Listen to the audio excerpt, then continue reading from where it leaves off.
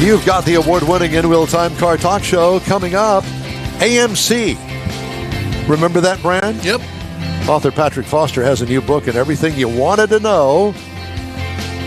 They did have their bright moments. Yep. Yes, they did. A lot of good racing stuff. Later, I'll tell you my thoughts on driving the 2024 Ford F-150 Raptor R, and Jeff has the Motor Minute. Oh, yeah. That and more in this segment of the In-Wheel Time Car Talk Show. How to get a good Saturday morning for our live viewers. Along with Mike out of This World Mars, we always need more Jeff Seekin. Chief Engineer David Ainsley, I'm Don Armstrong. Thanks so much for joining us. We truly appreciate it. It's been an exciting morning here before we went on the air. Because everything is working. It's exciting. Well, it started off with me having one of those, senior moments? Apron moments. Apron? I came out here before either one of you were here, and I vacuumed the studio. Don't ask me what possessed me to do that, but I think it was the dead leaves that had been in here for 6 months. Oh, yeah. But at any rate, I vacuumed it, and all of a sudden, I look outside, and there's Mars, who's already backed into the driveway to unload stuff for the studio. Yeah, for the studio. He was the gate was open. I did that on purpose. He was 30 minutes early. And then I look up again, and there you are, 20 minutes early. Ta-da! Apparently, we were very anxious for today's Great show. minds think just alike. want to get it over with. Well, that would be you and Jeff, not me. I ain't taking no credit on that one. All right. Patrick Foster is joining us now. Patrick, a very good Saturday morning to you, sir. Good morning to you guys. How you doing? Very well. Good. Thank you very much. The complete book of AMC Cars, the history of American Motors Corporation. I forgot, 54 to 88. Yes.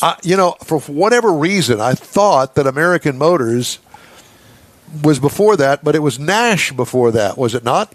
Nash Kelvinator Corporation and the Hudson Motor Car Company. Oh, Hudson as I well. forgot about the Hudson. Yes, I did not. I'll never forget about the Hudson because Laurie Brown, who I went to school with, I think in the 5th grade, her mother had a Hudson Hornet.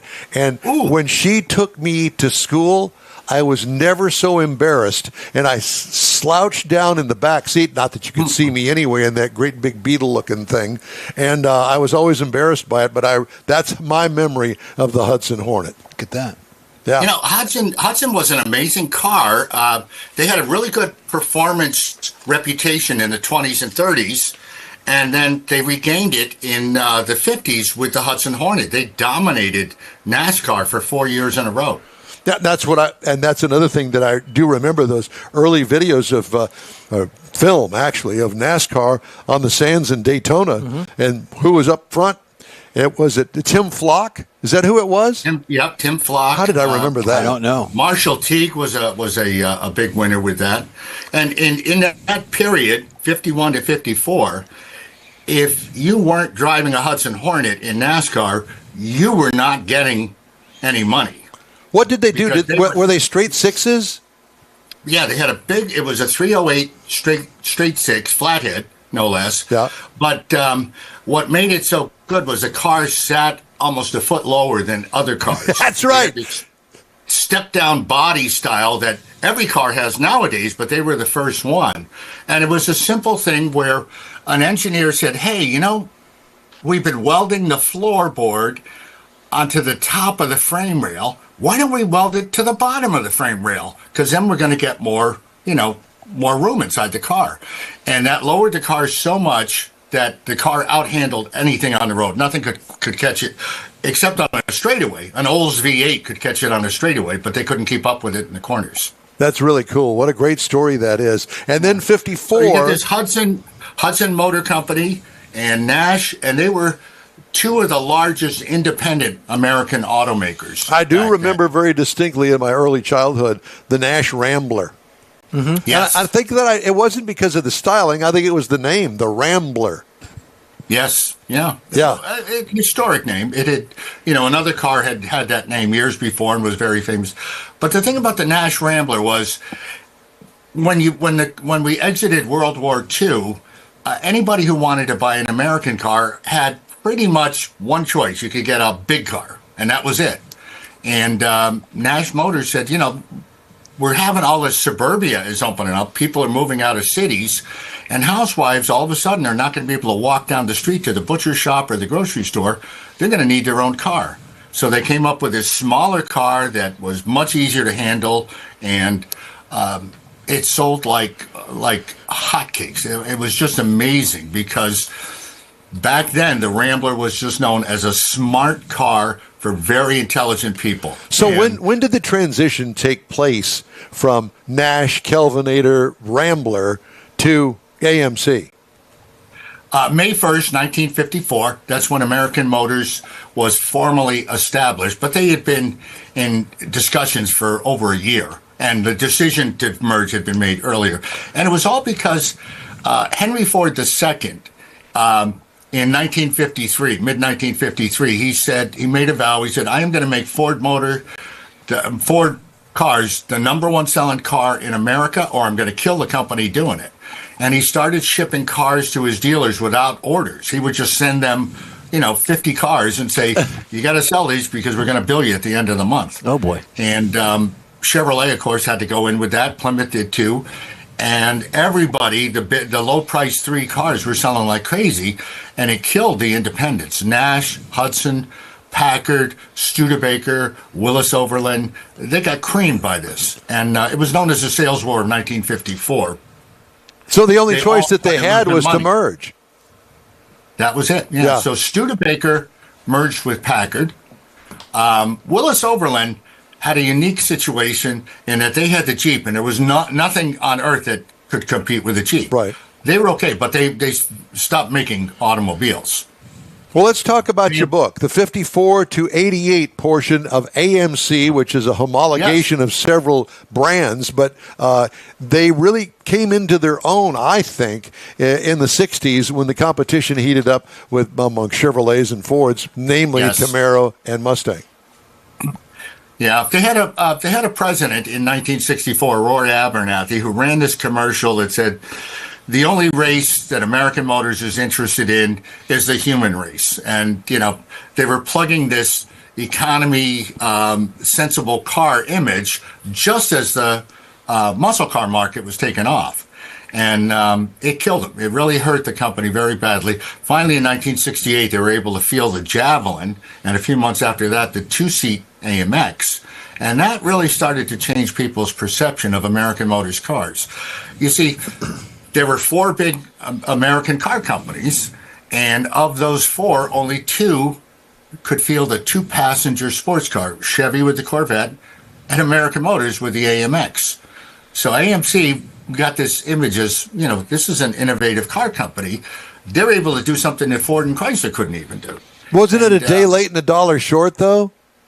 No, it was a halo car. It sold fairly well. It was a tremendously successful race car, and people love. And when people say AMC cars are not collectible, they don't get any money. A good number one AMX will fetch $60,000 to $80,000 without breaking a sweat nowadays. Absolutely, people do like them. Yeah. And then, they followed up with that with the Gremlin in 1970. We all love the Gremlin. Now, who doesn't like a Gremlin? I mean, if you don't like a Gremlin, you're a communist. Oh. That's right. And the thing about the Gremlin is, Chevrolet, everybody knew Chevy's going to bring out this small car, a subcompact to compete with the Japanese. And Ford's going to come out with a small car to compete with the Japanese. And they're both coming out in 1971. And then in 1970, complete surprise, American Motors brings the Gremlin on April Fool's Day in 1970, just to make it comical. And they beat everybody to the punch. And, this is a company everybody thought was marginal. It was, on the verge of going out of business. And they bring out the first American subcompact car before anybody else. And they killed it. Yeah, they should have spent more money developing that over time. Yep. They had this mentality that, well, we've got a Volkswagen here. We never have to change anything. But, on American cars, you do. You have to change it. And they were late getting a 4-cylinder engine. That was unforgivable. Yeah. The picture on the cover, that's... you like that? That's a racing version. Was Parnelli Jones, did he drive that in racing? Or am I mistaken? I don't recall if Parnelli Jones Was did, it but Mark Donahue? Donahue. sir. Donahue, Yeah. Mark. Yes, okay. Yeah, yeah. I was thinking Parnelli. So what? Mark Donahue was very successful in racing with that and with the Matador. Why did But mostly he was known for the- Why did AMC choose to build their cars in Kenosha? There was a car company in Kenosha called the Thomas B. Jeffrey Company, and they built a car called the Rambler. And in the early part of the auto industry, or around 1916, the president of General Motors was unhappy with his position there. He wanted to own his own company. So he quit the presidency of GM, if you can imagine such a thing, even though he was very successful, and they would have kept him there for another 10 years. He quit, and he bought the Thomas B. Jeffrey Company, which was in Kenosha. They had a big factory, one of the biggest factories in the country, and the most modern one. And that's what he wanted. His name was Charlie Nash. So he bought the company, and he renamed it Nash Motors Company, and then they stayed there because they had a really well-equipped, large factory with plenty of room to grow. They had their own body plant. They made their own axles, their own engines, transmissions, everything. They made 92% of the car was built within the factory. Kind of like Henry did at Rouge River. Yes, exactly. Interesting. Exactly. I assume that you at least touch on this in your book. Yes. Good. Yeah. And, I was thumbing through it. Mr. Mars brought it in this morning. I was thumbing through it. You have some absolutely wonderful photographs. Oh, they're in incredible. Here. I don't know where you came up with all of this, but this is really Let's touch on that for a second. This is my kind of book. You made me so happy. I have the world's largest archive of American Motors historical information and photographs. And part of it is I have 20,000 American Motors press photos, black and white in color. And they're, you know what they look like. They're all 8x10 and et cetera. So when I did this book, I went through and I said, I want to pick the photos I like the best. And I spent a lot of time on it, and I'm glad you like them. Yeah, very well, good. I can tell that you have spent an enormous amount of time on what a great book. Whether you're a AMC fan, a Hudson, it doesn't make any difference. Just a if car you're a guy. car guy, this is the kind of book that you want to have. What a great gift this would be for any car Now, guy. Did you go look at in the 1969 section, the Scrambler Rambler? Yeah, find that one. The They got Scrambler this Rambler. crazy idea. It was going to be the last year they were going to build the Rambler. And somebody said, hey, why don't we take the AMX 390 V8 and 4-speed and stuff it under the hood of the very lightweight Rambler American and have Hearst do all the, put it all together, beef up the suspension, everything, put a tachometer outside the car on the hood, and let's see what happens, actually, not on that was on the machine, but... And They then had they a hood gave it scoop this on it? wild red, white, and blue Yeah. paint job. All right, that's not custom. That's how they came from the factory. I remember that. Yeah. I was telling him earlier before the show started, we had a guy in town there when we were growing up. He had one of those, and I mean he would come out on Saturday night, and everybody just would look at it and swarm around it just to look at it. He never would race anybody. He was smart enough not to ever actually street race anybody, but everybody was just in awe of that car. Well, on page 117, my heartthrob, Sherry Lewis, the puppeteer, and she's in the Gremlin. Yeah. What a great photograph. I kid you not. I mean, at least for my age, our age, that this is a Really neat. truly He was good with my age, so. one. Yeah, yeah. Well, I'm only 49 years old. Well, Yeah. you got me But- beat but by You've been years. working hard. You've been working hard. Mustache. Yeah. Patrick, how long did it take you to write the book? It took me about a year, and a lot of it was, with my partner on the project, Tom Gash. He did a lot of the writing. I did a lot of the research. I did all the photography, or most of the photography, And it's the first time I've done a book like this with a co-author, and it was just a real pleasure, And it helped us get the book to market faster. And I've had some health issues over the last year, so it helped me a lot. So where can we get the book? Because Christmas is coming. Well, the best place to get it is there's a website called www.olde, O-L-D-E, because I'm in New England. That's how they taught us to spell old. Old Milford, M-I-L-F-O-R-D, Press, PRESS.com. That's my company, oldmilfordpress.com. And you can get an autograph copy if you'd like. Just order it online, and it'll go out from my facility, and it'll be autographed, and you'll enjoy it, I think. I'm sitting here enjoying it right now, just thumbing through the pictures. I mean, this is my kind of stuff. I like Hemmings publications, and this is kind of reminiscent of some of the Hemmings publications because we got pictures. I've worked for Hemmings for 30 years now. So there you go. I get the connection. I'm not on the staff. I'm a freelance writer. That's what I've done, most of my life. Yeah. A freelance auto writer, which, that's somebody who can make a living doing that. It's rare. Yeah. Yes, but I've had a column with them for, I don't know how many years, 20 years probably, in Hemmings Classic Car Magazine. And I've been a feature writer with them even back in the days when they had the old Special Interest Autos magazine. So yeah, I guess I don't know if I got the Hemmings touch from them or if they've got the Foster touch from me. But let's go with the second one there. A lot of it. Yeah, well, It's a wonderful book. It's a true honor and pleasure to meet you. And you know what? After this, let's touch base and see what else you got working out throughout the year. Love talking to you.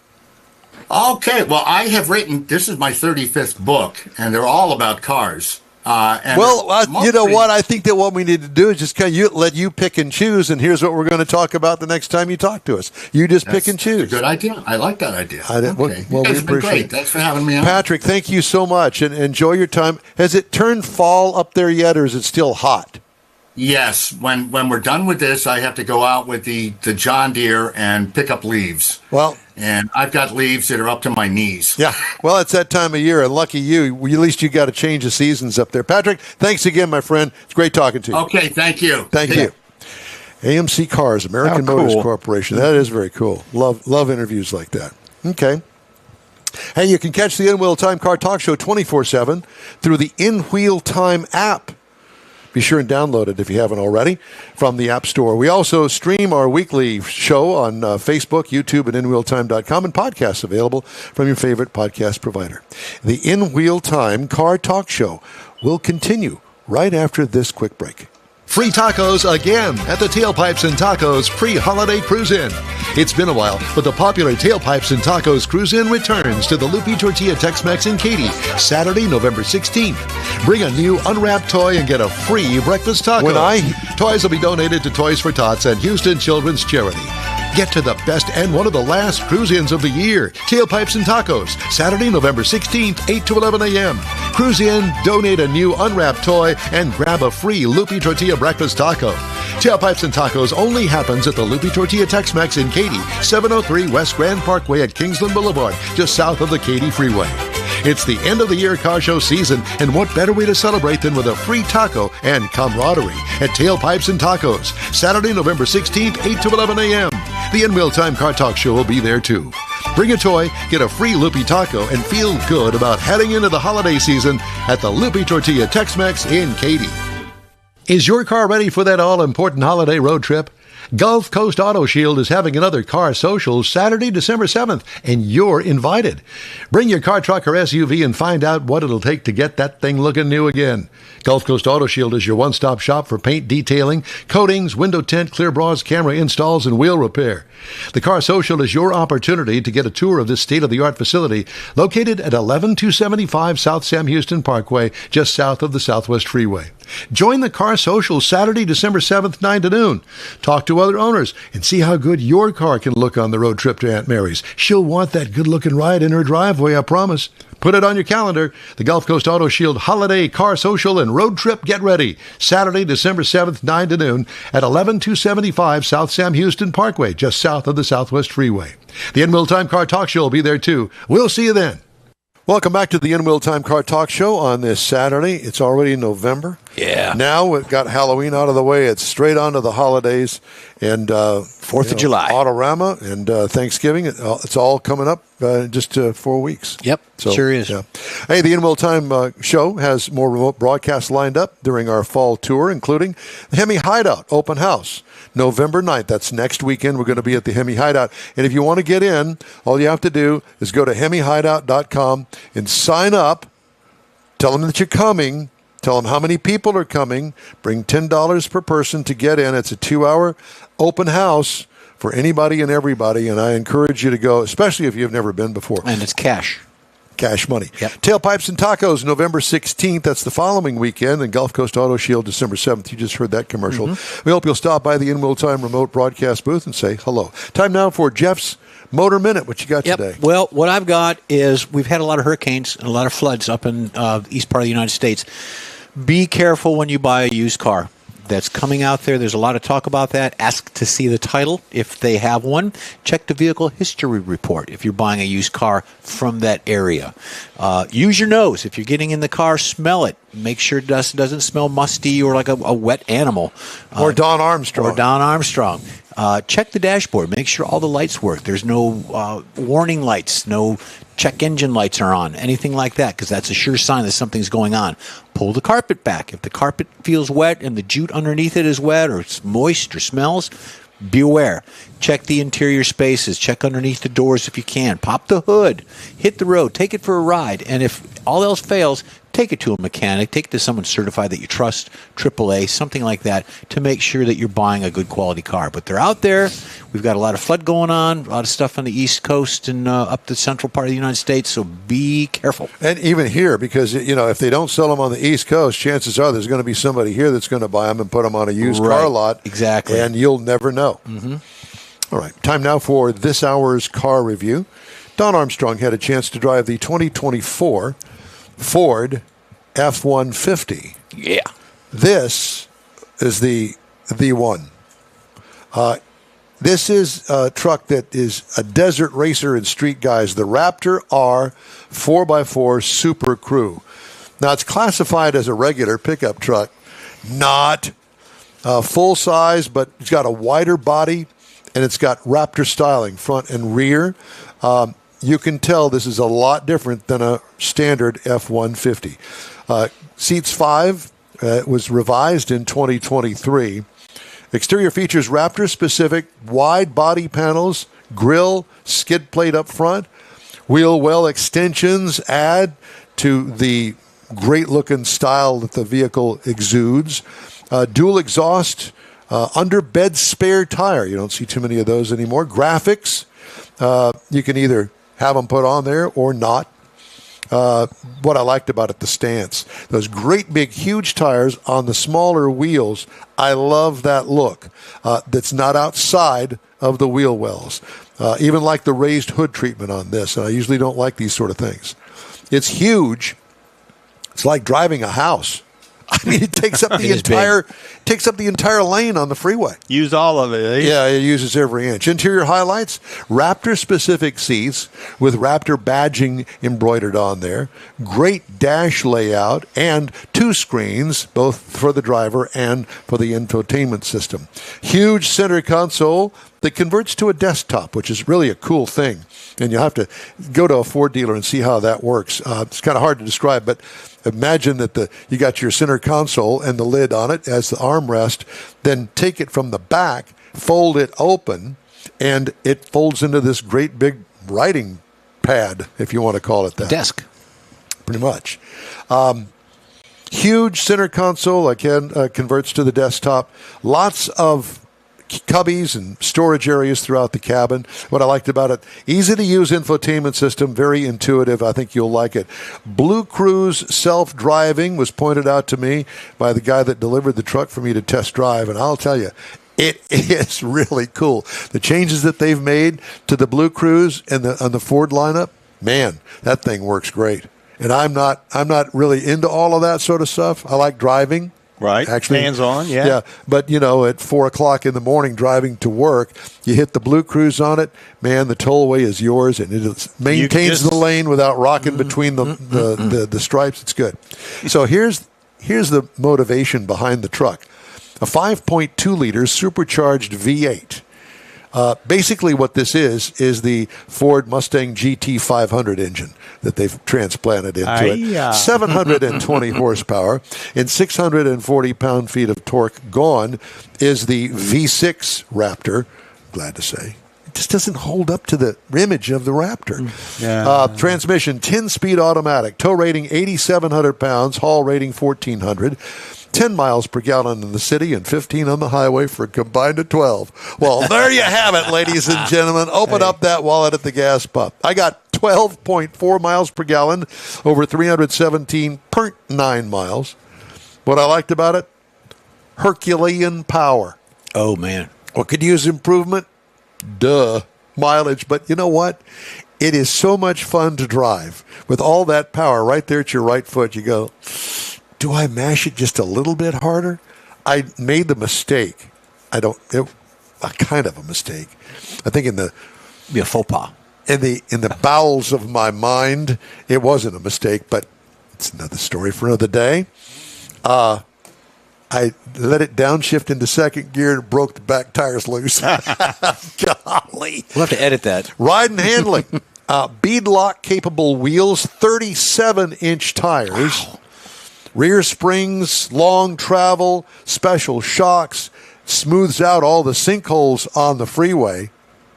But I didn't take it off-road, and I didn't do any jumps with it or anything crazy. But I can only imagine that's what it's built for. It does that sort of thing. Super Crew 4-door wheelbase limits its rock climbing and crawling capability. You'll center stack it. You know what I'm saying? Right, high ride it right in the middle. Yep. You don't want to do that. But it does have a very long wheelbase. Base trim price, $77,980. Price is tested, sitting still. $113,640. It's the same mileage you got. You got that in the same mileage. 113. Pretty much. 13 Yeah. 13, yeah. 113,640. Base model price, nobody cares. Competitors to this vehicle, well, there aren't really any. Ram 1500 TRX that they don't make anymore had 702 horsepower. They've got this new 6-cylinder that they're bragging about. GMC Sierra AT4X. 6.2-liter V8, 420 horsepower, $81,000. Now, this kind of sits out there by itself, and I got lots of thumbs up. So if you like thumbs up and car you're driving, get that. Well, I rode with you in it for a short period of time. It's a nice truck. It's a beast. Yeah, it's a very nice truck, and it's also a beast. Hey, if you'd like to get in touch with us, shoot us an email. The address, info@inwheeltime.com. We will be back after these brief messages. Well, I've got mine going over here, and I don't know why it's not coming audio's up. not kicking. No, it's not. So I don't know what to tell you, Mr. Mars. The fabulous Hemi Hideout is having an open house, and you're invited. Mark your calendar for Saturday, November 9th, 10:30 to 12:30, and make a reservation today for a 2-hour opportunity to see an eye-popping tribute to American muscle cars, a collection of neon signs that'll dazzle, all in a venue like no other in the country. Entry to this rare Hemi Hideout open house is by reservation only, 713-825-2555. The $10 cash donation per person is matched and given to Brookshire Charities. See you November 9th at the Hemi Hideout, and Will Time will be there too.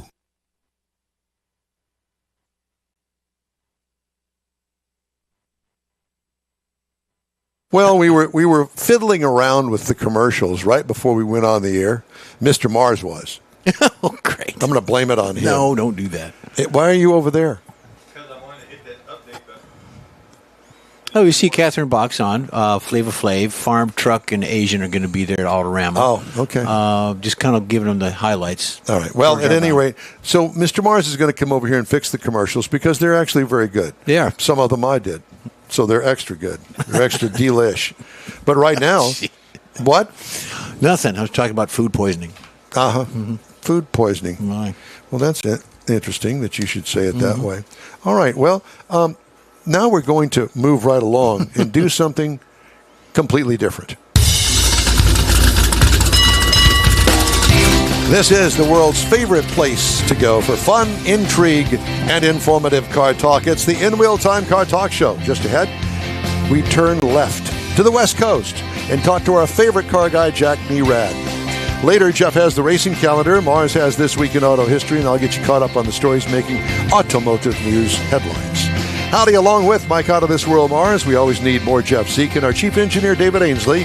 I'm Don Armstrong. Glad you could join us on this Saturday. It's hot and humid here in Houston, Texas. And I'm not sure how it is out there in the West Coast, but we can find out by checking in with our man about town.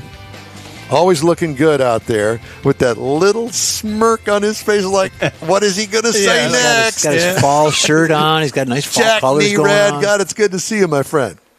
Great to see you guys. Great to talk to you, Don. A little smirk all the time because I enjoy talking to you guys. Well, and we enjoy talking to you, and we got lots to talk about today. And first of all, let's talk about Scout. Shall we? Because, sure. Jack, oh my God, has this stirred up a hornet's nest? It's really a cool-looking SUV and truck that they debuted this week, but, you know, they've ticked off every owner of a VW dealership in the entire world.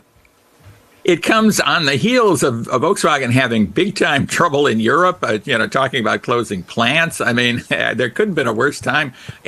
What I'm curious about is this isn't really new news. They've talked about direct selling this vehicle, I think, since the beginning.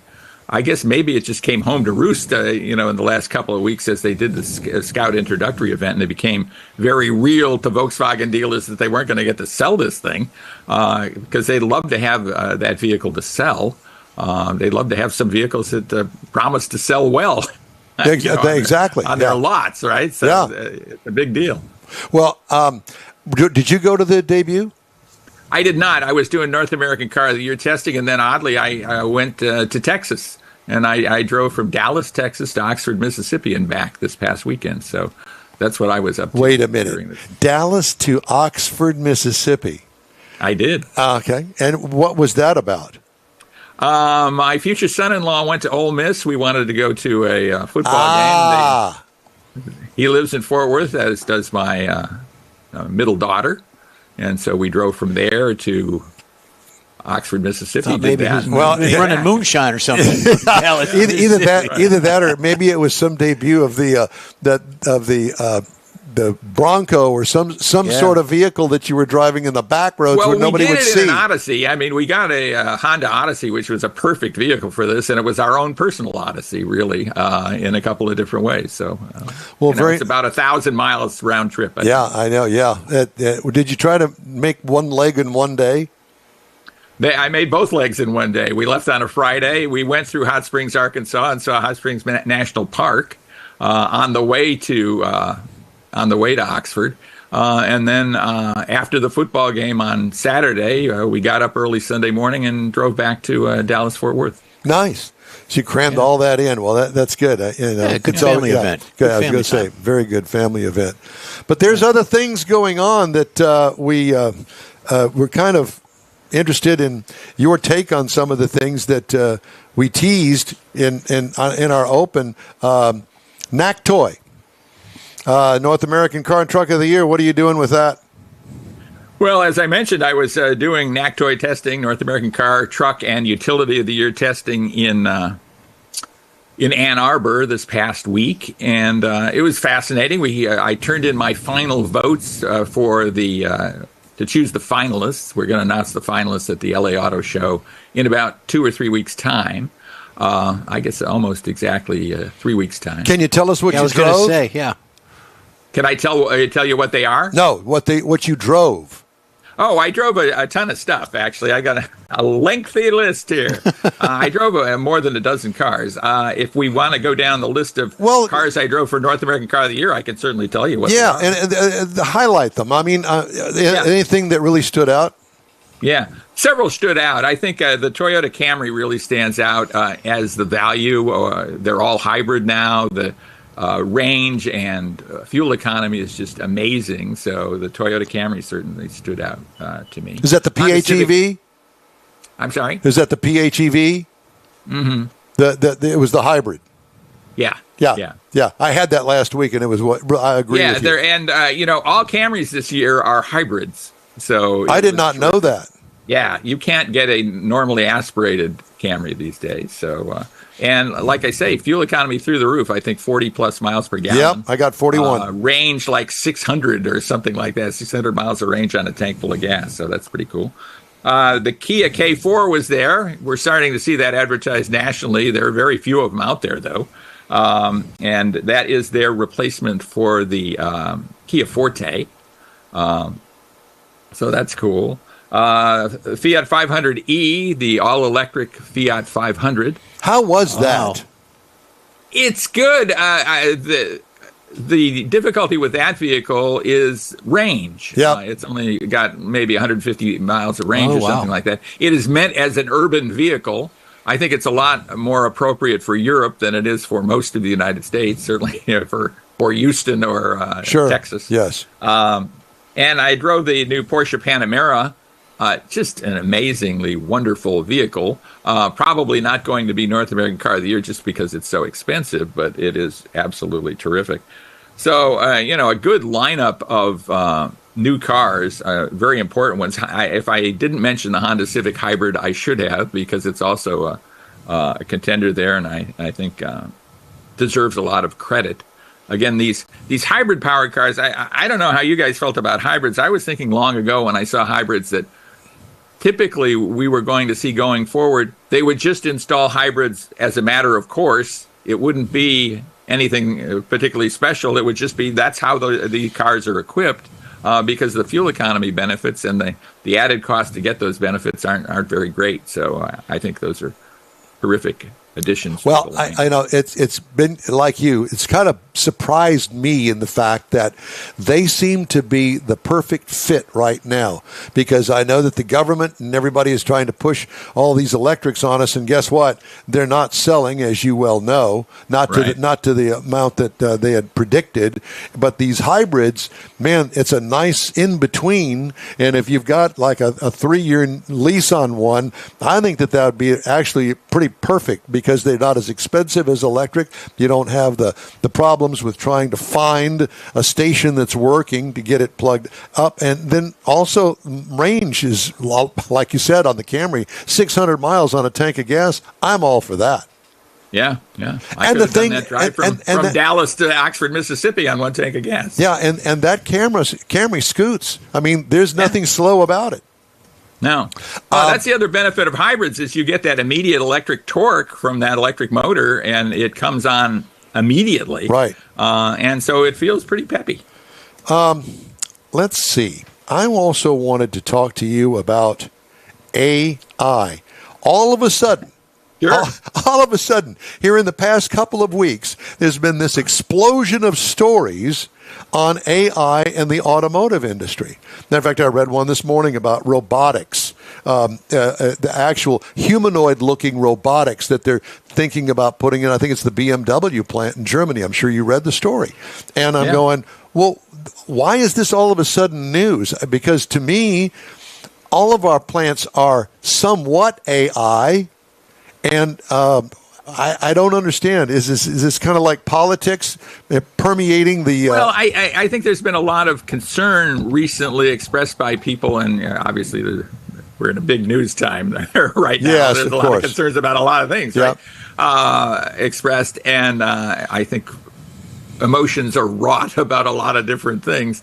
And so when people are warning about the dangers of AI, it makes big news. The headlines get out there, they get magnified. And I think one of the things about AI that I found most interesting is the use of AI to develop autonomous driving. I mean, that's become very, very controversial all of a sudden, where some companies, Tesla including, probably most prominent among them, is going full on, let's use AI, iterative AI to develop our self-driving systems, which they're going to hang their hat on going forward. And then others are saying, oh, you can't do that. That's pretty iffy. You don't know what you're going to get when you're letting artificial intelligence do all of this. So, again, I think a lot of people are trying to feather their own nests and say that their technology is the best technology. Well, but, I think it will be fascinating to see how this all unfolds. I think some of that goes to money. There's a lot of money, software money, going into the development of that AI and pushing it out into whether it's dealerships or hospitals, doctors are now using AI to help diagnose things. And I think some of it's really good, but I think a lot of it is money. I mean, there's a lot of money going on. Well, here's the problem that I see, Jack, is the fact it goes back to the old infrastructure thing. You've got to have the infrastructure there to support AI. You just can't say, okay, well, go from your residence in Sugar Land, Texas, and go to Hobby Airport without lines painted on the concrete. Maybe one day they won't need those lines, but right now they do. Yeah, and there's some systems use cameras and nothing else. Some systems use LiDAR and radar in addition to cameras. I think we're a long way from having full self-driving cars for consumer use. We might have it for taxis. We have taxis in the Los Angeles area that are running around the streets now from Waymo. They're odd-looking things too. Driverless taxis. Have you ridden in one? I have not ridden in one. I've ridden in some self-driving cars. So not that weird-looking Waymo thing. But when you see them on the but street, I have not been in one of those. When you see them on the street, do you see people in them, or are they just randomly Yeah, driving? there are people in them, and people use them all the time. Same thing in the San Francisco area. They've become Well, that's fairly not a common. surprise there. No, of course not. Sorry, I had It's to not go even there. a surprise here in Los Angeles, to tell you the truth. Yeah, So. right. Yeah, do they have the little blow-up driver doll thing like on the airplane that kind of pops up there? Yeah, like autopilot. Yes. They do not. But, Well, that I would be. feel very close to that because my dad's name was Otto. So There you go. Mike's just into blow up stuff. That's all. The blow up. I took a minute. And I'm thinking the blow up it was in the cockpit of the airplane. There you go. airplane, right? Yeah. Wow. Oh my goodness! You'll be there, Don. Just hang in there. I You'll know. get there. I'm just. You got to tug me along. I guess. I don't know. Well, Jack. So what's on your agenda here as we approach the end of the year? Well, I'm fascinated to see what we're going to name as the finalists. I think I'm going to learn that fairly soon for a North American Car of the Year, and then they will be announced, as I mentioned, in Los Angeles. So we'll see what happens there. I'm really curious about how this is all going to sort out. You know, how the election is going to sort out and make things either change somewhat radically or not radically. In terms of the auto industry, because I think that if it goes one way, there'll be changes. If it goes another way, maybe changes a different way. Jack, has the LA Auto Show shrunk? I think all the auto shows have shrunk to some extent. One of the things that amazes me about the Los Angeles Auto Show, Los Angeles is a giant luxury car market, as you can imagine. Yep. A lot of money. There's a lot of people here. And yet most of the luxury brands do not participate in the Los Angeles Auto Show. What is that about? Well, I think maybe they think, our potential buyers aren't going to go to an auto show. I don't know that that's true, though. I think auto shows are pretty ecumenical. I think, no matter what your income level, if you're interested in a new car, going to an auto show is just such a terrific It's a must-do research tool for Yeah, you. It's just must-do. a brilliant thing to do. So why not do it? You can do that without any kind of sales pressure whatsoever.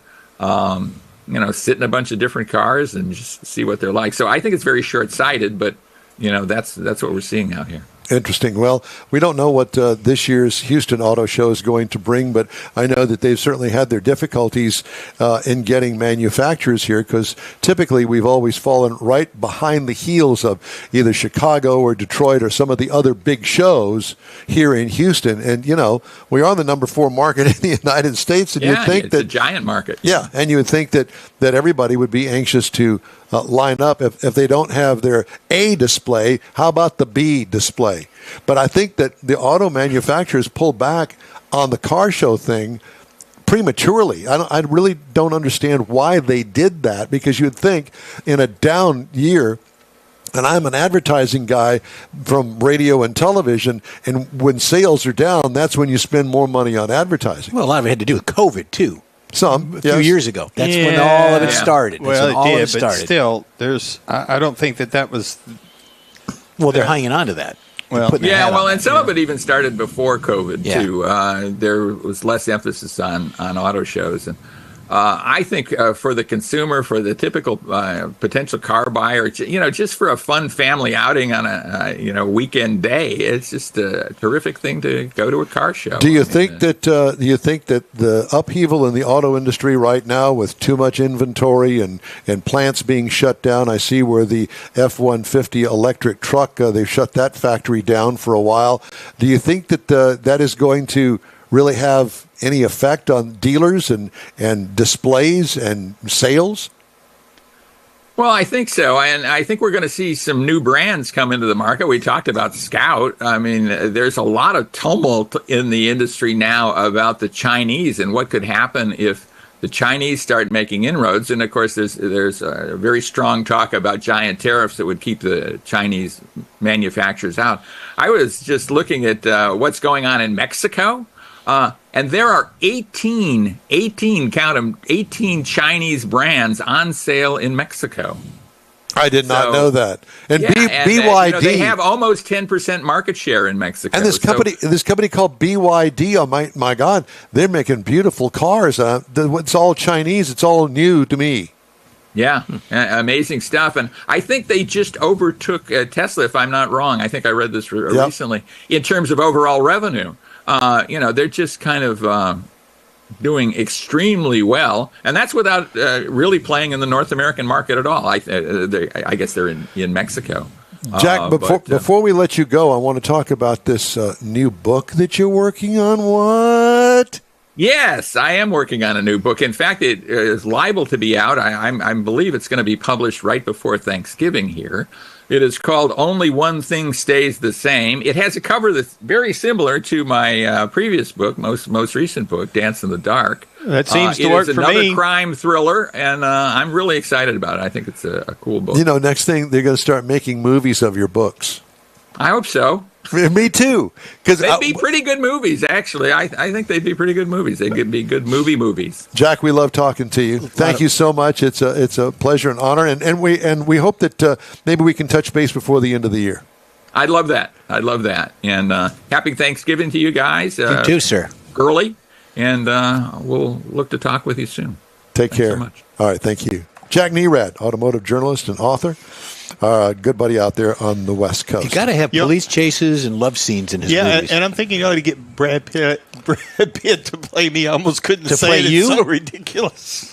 I was thinking of something else. I'll be Don Knotts, Barney Fife, okay? There you go. The N-Wheel Time Car Talk Show is available 24/7 through the iHeartRadio app. Download it to your mobile device today. Easy for you to say, if you haven't already. We also video stream on Facebook, YouTube, and InWheelTime.com podcasts from your favorite podcast provider. In-Wheel Time Car Talk Show continues right after this quick break. Free tacos again at the Tailpipes and Tacos pre-holiday cruise-in. It's been a while, but the popular Tailpipes and Tacos cruise-in returns to the Lupi Tortilla Tex-Mex in Katy, Saturday, November 16th. Bring a new unwrapped toy and get a free breakfast taco. Toys will be donated to Toys for Tots and Houston Children's Charity. Get to the best and one of the last cruise-ins of the year. Tailpipes and Tacos, Saturday, November 16th, 8 to 11 a.m. Cruise in, donate a new unwrapped toy, and grab a free Lupi Tortilla breakfast taco. Tailpipes and Tacos only happens at the Lupi Tortilla Tex-Mex in Katy, 703 West Grand Parkway at Kingsland Boulevard, just south of the Katy Freeway. It's the end of the year car show season, and what better way to celebrate than with a free taco and camaraderie at Tailpipes and Tacos, Saturday, November 16th, 8 to 11 a.m. The In-Wheel Time Car Talk Show will be there too. Bring a toy, get a free Lupi taco, and feel good about heading into the holiday season at the Lupi Tortilla Tex-Mex in Katy. Is your car ready for that all-important holiday road trip? Gulf Coast Auto Shield is having another car social Saturday, December 7th, and you're invited. Bring your car, truck, or SUV and find out what it'll take to get that thing looking new again. Gulf Coast Auto Shield is your one-stop shop for paint detailing, coatings, window tint, clear bras, camera installs, and wheel repair. The Car Social is your opportunity to get a tour of this state-of-the-art facility located at 11275 South Sam Houston Parkway, just south of the Southwest Freeway. Join the Car Social Saturday, December 7th, 9 to noon. Talk to other owners and see how good your car can look on the road trip to Aunt Mary's. She'll want that good-looking ride in her driveway, I promise. Put it on your calendar. The Gulf Coast Auto Shield Holiday Car Social and Road Trip Get Ready. Saturday, December 7th, 9 to noon at 11275 South Sam Houston Parkway, just south of the Southwest Freeway. The In Will Time Car Talk Show will be there too. We'll see you then. Hey, the In Will Time Car Show Fall Tour continues. It's next Saturday, Hemi Hideout Open House, November 9th. Make reservations, take you $10 cash and go. Followed by Tailpipes and Tacos, November 16th, and Gulf Coast Auto Shield, December the 7th. We hope you'll stop by the In Will Time remote broadcast booth and say hello. Time now here on In Will Time for the racing calendar, sponsored by Texas Muscle Car Club Challenge. Thank you, Texas Muscle Car Club Challenge. Hey, we've got NASCAR coming up. We got this week, and then next week would be the final. You've got the Xfinity 500. It's in Martinsville, at Martinsville Speedway. That is tomorrow. Tickets are still available, Mike. It's going to be on NBC, so turn into your NBC, local the Nobody Cares Television Network. There you go. All right, we got NHRA. That is coming up. It's the NHRA Nevada National. Yeah, it's in the race. Las Vegas. Yes. Nosh. John Force is going to be there. I'm sure kissing babies, shaking hands, signing autographs, and all that stuff is 5 p.m. on FS1. And then, of course, the In-N-Out Burger is going to be the next couple of weeks. Then you've got, I watched a little bit of something this morning, but it wasn't this. F1 is at the Autodrome in Jose Carlos Pace. It's in La Nova, San Pablo. San Pablo. Yeah. It's the Grand Prix of Sprint Shootout that's going on yesterday, today, and tomorrow. And then, of course, this morning they had the 8 hours of Bahrain.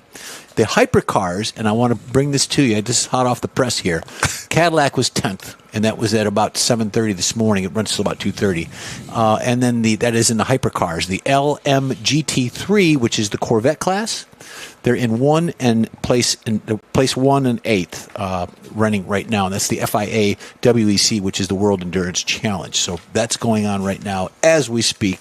So, also you got the Lone Star Challenge, or Lone Star Bike going on down in Galveston. Oh, yeah. The big bike rally. The big bike rally going on right now.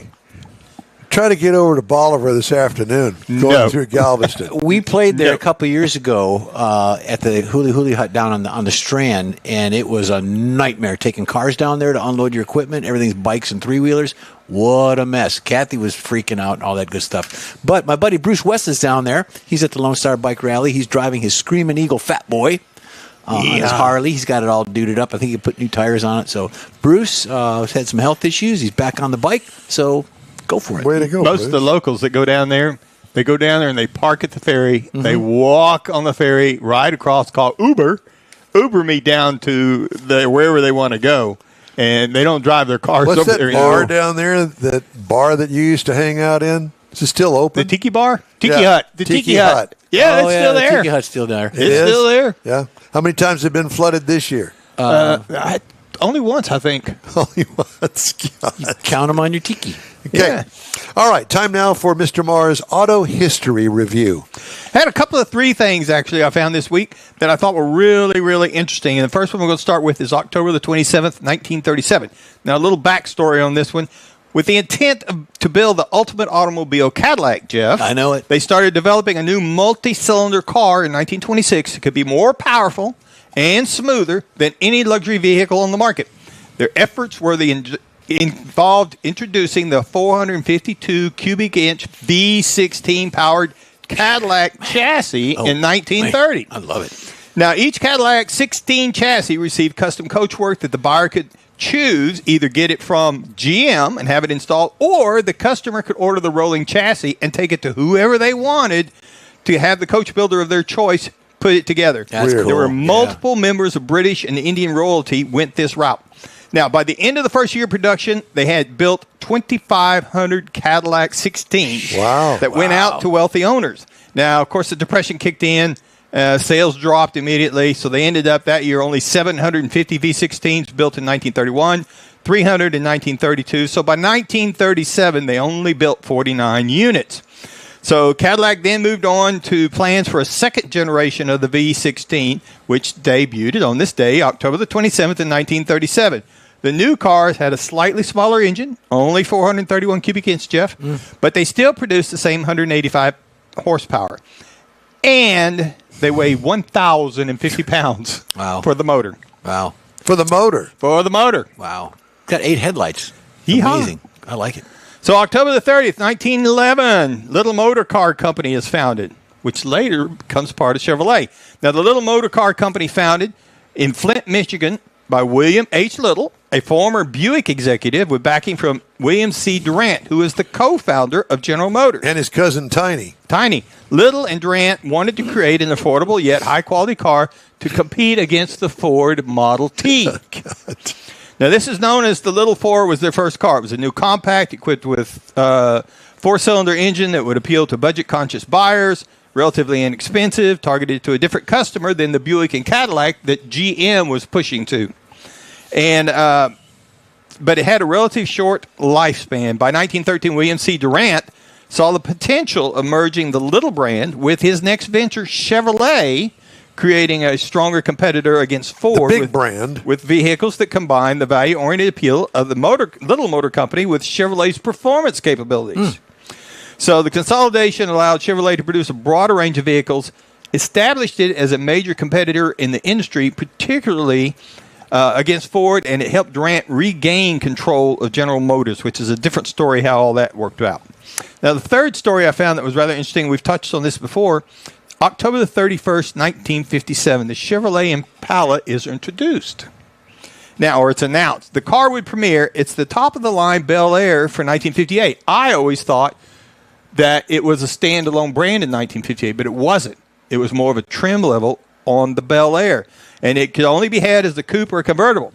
So while the Impala and the Bel Air appeared similar in the A-pillar forward, the two cars had structural differences in the back. The Impala had a shorter cabin and a longer deck lid, and the Impala came with a 283 V8. But if you wanted more speed, you could step up to that year to the automaker's first big block, which was a 348 V8 with 280 horses if you had the 3.2s on it. So in 1958, Chevrolet built more than 180,000 Impalas, helping the automaker claim the top production for that title year. But then the next year, 1959, the Impala became its standalone model. That's the reason the 58 was the only year that looked the way it did. Wow. That's very cool. And that's This Week in Auto History. Interesting. Well, here's a non-story. Kia's first pickup, the Tasman, checks a lot of boxes: mid-size dimensions, body-on-frame construction, solid rear axle, vertical rear shock absorbers, rugged looks, except one thing. It will not be coming to the United States, the biggest pickup market of all. What? But the mid-size Tasman demonstrates how ambitious Kia is to become a full-line automaker. Instead, Kia is launching the Tasman at home in South Korea in the first half of 25, followed by sales in Australia, Africa, and the Middle East. Hey, Kia. Why not bring it here? I don't... It's got to generally, I think things like that has something to do with crash testing and things like that. It does. Safety. It does, but so fix it. Well, that's what I would think. So it can't cost that much more because they could do it to the trucks around the world and say, hey, we're safer. I don't understand some of the stuff that they do. Cox Automotive said new car supplies in October rose 25% to 2.76 million, or an 81-day supply, but inventory still remains 20% below 2019 levels before the pandemic and chip shortage upended output. So they're getting cars on the lots, although they are a lot more expensive, generally speaking, and that's why the inventories continue to grow, or at least part of the reason is because they cost too much. In a down economy, what are you going to do? I don't know. Don't do what you're doing, that's for sure. All right. Time now for a quick break here on the In Wheel Time Car Talk Show. As soon as I get my papers all in order, we'd love to hear from you. Shoot us an email. The address is info@inwheeltime.com. Did I miss something? No, you're fine. We've got a little something going on over here. Okay, well, y'all just keep on keeping on. In Wheel Time continues after this. The holidays are upon us, and Pro-Am Auto Accessories is your local one-stop for the auto enthusiast on your gift list. Pro-Am Auto has been serving Houston since 1984, providing world-class products for sports cars, European sedans, and American muscle. Pro-Am was one of the very first distributors in the U.S. for brands such as Recaro, Redline, Momo, Corbeau, and Simpson. Located in the heart of Houston's premier shopping corridor, the Galleria area, Pro-Am's walk-in storefront includes an 8,000-square-foot warehouse and showroom with installation and service bays. Pro-Am reaches a worldwide audience through ProAmAuto.com, taking its local reputation to the rest of the world. Holiday gift giving is alive and well at Pro-Am Auto. If you don't see what you're looking for on the website, call and Pro-Am will lend you a hand. Pro-Am Auto, 6125 Richmond at Greenridge in Houston's Galleria area. Call them at 713-781-7755. The fabulous Hemi Hideout is having an open house, and you're invited. Mark your calendar for Saturday, November 9th, 10:30 to 12:30, and make a reservation today for a 2-hour opportunity to see an eye-popping tribute to American muscle cars, a collection of neon signs that'll dazzle, all in a venue like no other in the country. Entry to this rare Hemi Hideout open house is by reservation only, 713-825-2555. The $10 cash donation per person is matched and given to Brookshire Charities. See you November 9th at the Hemi Hideout, and Will Time will be there too. Hey, Houston, it's back! America's greatest hot rod tradition is Thanksgiving weekend. The O'Reilly Auto Parts Autorama at the George R. Brown Convention Center. 4 days of hot rods, customs, trucks, and muscle cars. Don't miss the Evel Knievel tribute, the Mega World Transforming Robot Car, Lowrider Showcase. Meet Catherine Bach from Dukes of Hazzard, hip-hop legend Flava Flav, Farm Truck and Asian from Street Outlaws. Autorama! Thanksgiving weekend. Discount tickets at O'Reilly Auto Parts. Part of the Summer Racing Equipment Show Car Series. See Autorama.com for more info. It's the In Wheel Time Car Talk Show. Coming up, we play the What It Sold For game. Uh-oh. Jeff has a feature on the top 10 states with the biggest gas taxes. Yeah. Don't go there. Don't go there. Mars reviews the new Buick Encore. All that and more just ahead on the In Wheel Time Car Talk Show. Howdy, along with Mike out of this world, Mars, down at the end of the dais. We always need more Jeff Zekin next to me. And I am Nod Nordsma, and it's so good to have you with us today. The chutzpah. Nod Nordsma.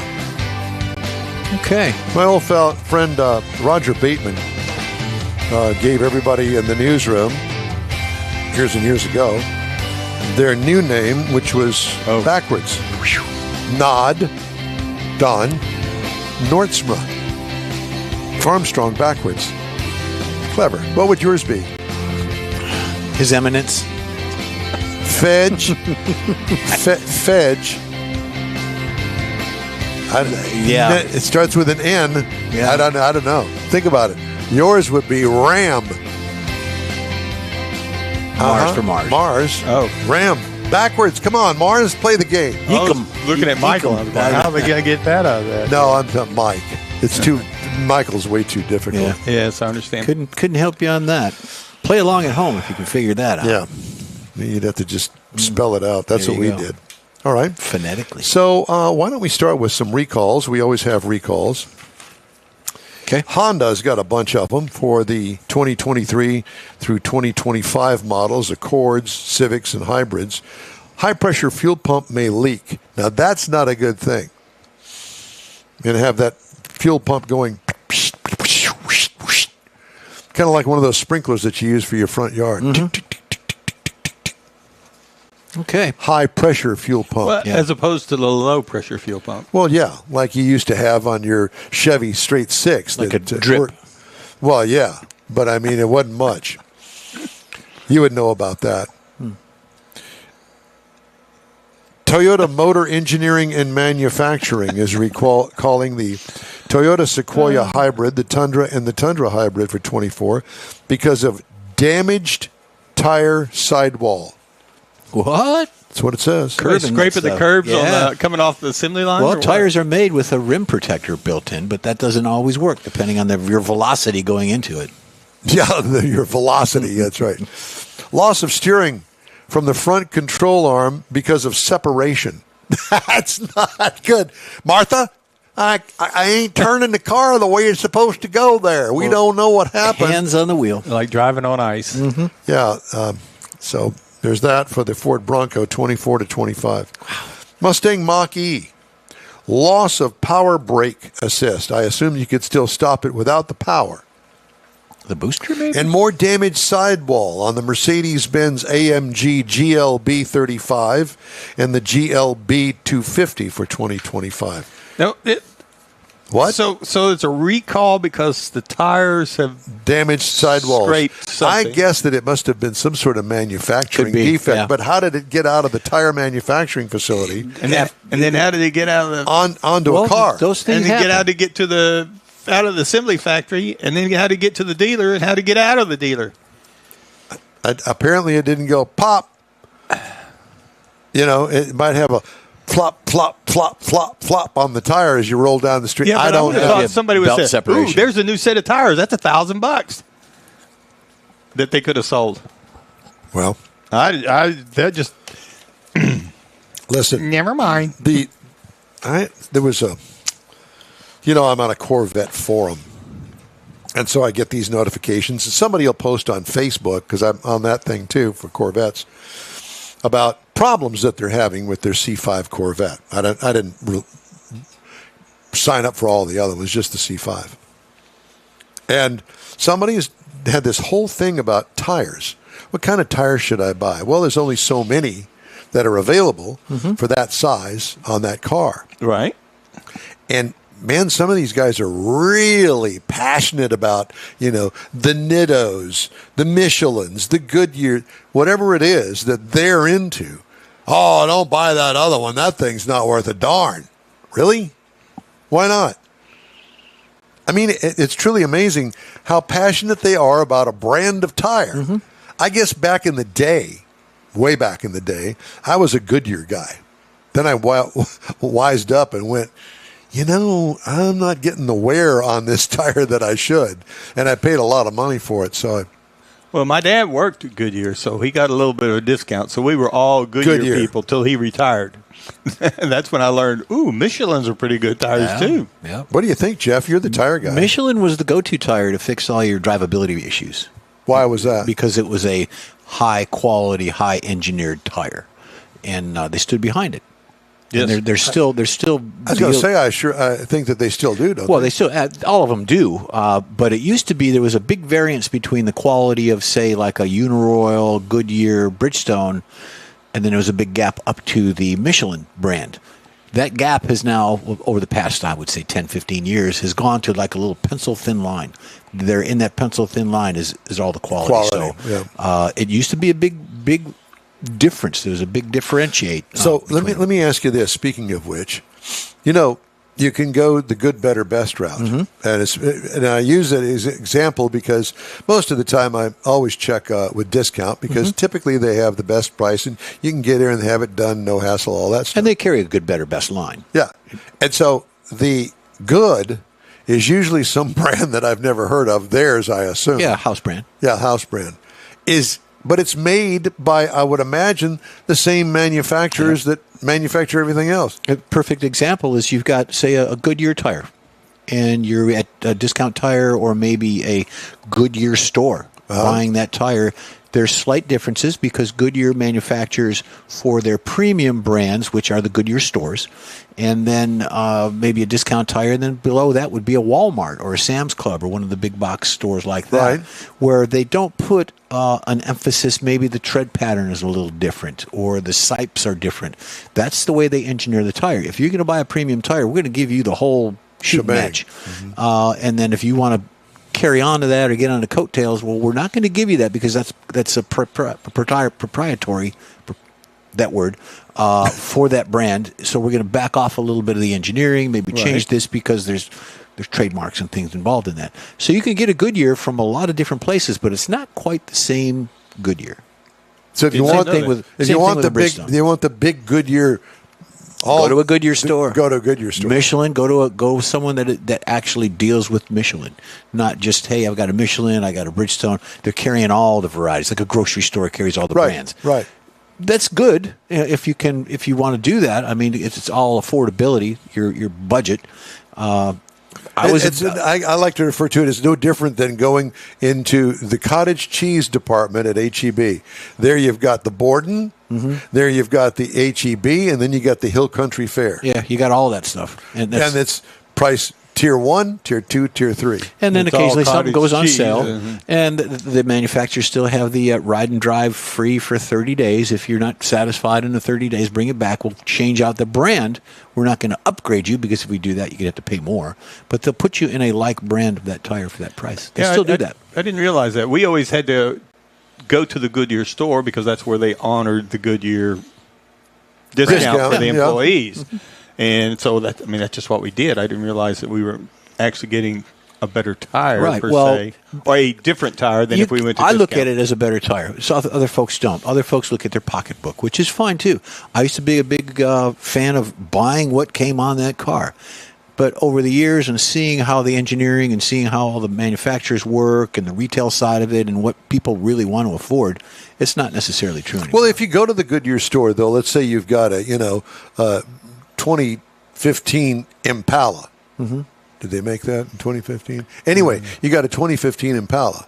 Okay, so here's the top of the line Goodyear, but it's that size, and then there is a medium priced Goodyear in that size, and then you got the entry level. But look at it this way. You've got General Motors. You've got your Cadillac brand. You've got your Chevrolet brand and your Buick and all that. Those are the levels. Those are the good, better, best of that brand. Same principle. It's the same design. Yeah. Okay. Well, at any rate, some of these tire guys are really passionate about their brand. I know that Nitto, when it came into the market, oh my God, I got to have my Nittos. Yes. Yeah, that was the big thing. And Well, to that take is- it out on the concrete and burn the tires right off Advertising, of it. because you've got the drifters use the Nittos and the Falcons and all that, and they make specifically designed tires for the stickiness. Exactly. And if you heat them up, they get sticky. You don't necessarily want to have that on an everyday driver of a passenger car tire. You want to have the quietness. You look at a tire, the side sipes on it, or the pattern of it. The closer they are together, the quieter the tire. The further away they are, the louder the tire. The noisier they are. The And you can trucks. hear that on trucks. My God. That Ford you had. It hummed along. You could hear it coming before you saw it because of the tread blocks are so separated and they're so Right. thick. Yeah. Yeah, and some of those tires are softer, just because you want to be able to heat them up and stuff. And some of the manufacturers put them on. I think it's Nissan's got one of their little hot rods has got some tires on it that my grandson, he got one of those. Oh, this is going to be so cool. I mean, it's a great looking car. It's the little gray one with the red striping on it. The tires didn't last 20,000 miles on it. Well, they generally do out of the factory. They're going to last probably the first warranty period of that. Yeah, So- he didn't make that. Ladies and gentlemen, time now for this week's Hemmings Sold Car Weekly Roundup. These are vehicles that were sold via auction online through Hemmings, and we pick a few of them, and I ask the boys what they think the price will be. And this one here is for Jeff in particular. Okay. This is a 1976 Cadillac Eldorado convertible, white on white. It's a pretty car. What do you think that would sell for? It looks like it's all factory stock and, the wire wheel covers and everything. It looks good. Big long hood, short rear deck. I'm going to go 17. Go 12. 17,693. Jeff, did you? Yeah, he did knows. you I look? did not look. He knows him Cadillac. I know my Cadillac. Woohoo. I get 10 points So for if that. you do. So if you know your Cadillacs, then here's one, a 1937 Cadillac 7523. How much was that? 75. I don't know where 7523 came. I guess it was a model. Like A the 1937 CAD. Cadillac. It's a sedan, big wide whites. It looks all stock. 60 grand. Ooh, no, I'm thinking 30. $21,000. Oh, boy. And it looks like it runs because they've got it in a. Let me see. I'll take 2. This one right there. Yeah, you would. Yeah. I don't know where you'd put it. That looks like That wouldn't fit in one your of the garage. It looks like Stan's Buick. Yeah, Stan's Yeah. Buick. Yeah. Yeah, it did. Like Okay. a Machine Gun Kelly. Yeah. How about here's one for you, Mars? A 1978 Ford Mustang Cobra. 78. A 78. So I think that's a Fox body. I was If gonna it's say. not. 78 Ford Mustang Cobra. Cute little car, but it's a And Mustang Cobra. What do you think? They're pretty popular. But this is a Mustang Cobra now, so that would be really It's a popular. performance. Well, for the day. The Fox body. You said that with a straight face, I did. Jeff. All right, so okay, so you bumped me up to 30. Oh, I'll do 22. 15,750. You don't know. He psyched me. He Yeah. psyched me on that. In one. the same You kept throwing family, out Cobra. Yeah, yeah, It got yeah. in your head. in the same family, a 1963 Ford Falcon 4-door sedan, red with a white top and white sidewalls. How much? 7. 7,000. 9. 9. 12,285. Too much. Mars, this is for Neaterville, 1956 Chevrolet 3200. So that would be a 3/4 ton. 3/4 ton. And this is a step side. Factory? Looks, yep, complete factory, even a factory color. 12. 56. 12, I'll go 15. 16.8. Damn. And I guess part of the reason that I do this is because it's to show everybody that if you want to get into the classic car or hot rods or whatever, there are a lot of them. Most of them are affordable. Cool daily driver. Yeah, you may not buy a 67 Z28 factory original No. Survivor. No, you're not. but- No. If you're going to do that, then you're going to have some deep pockets. Yeah, you're not looking at this anyway. Like the Eldo. The Eldo would be a good Sunday cruiser. Absolutely. Going through the windy roads, going Yeah. on the hot rod tour. Hot Rod Tour.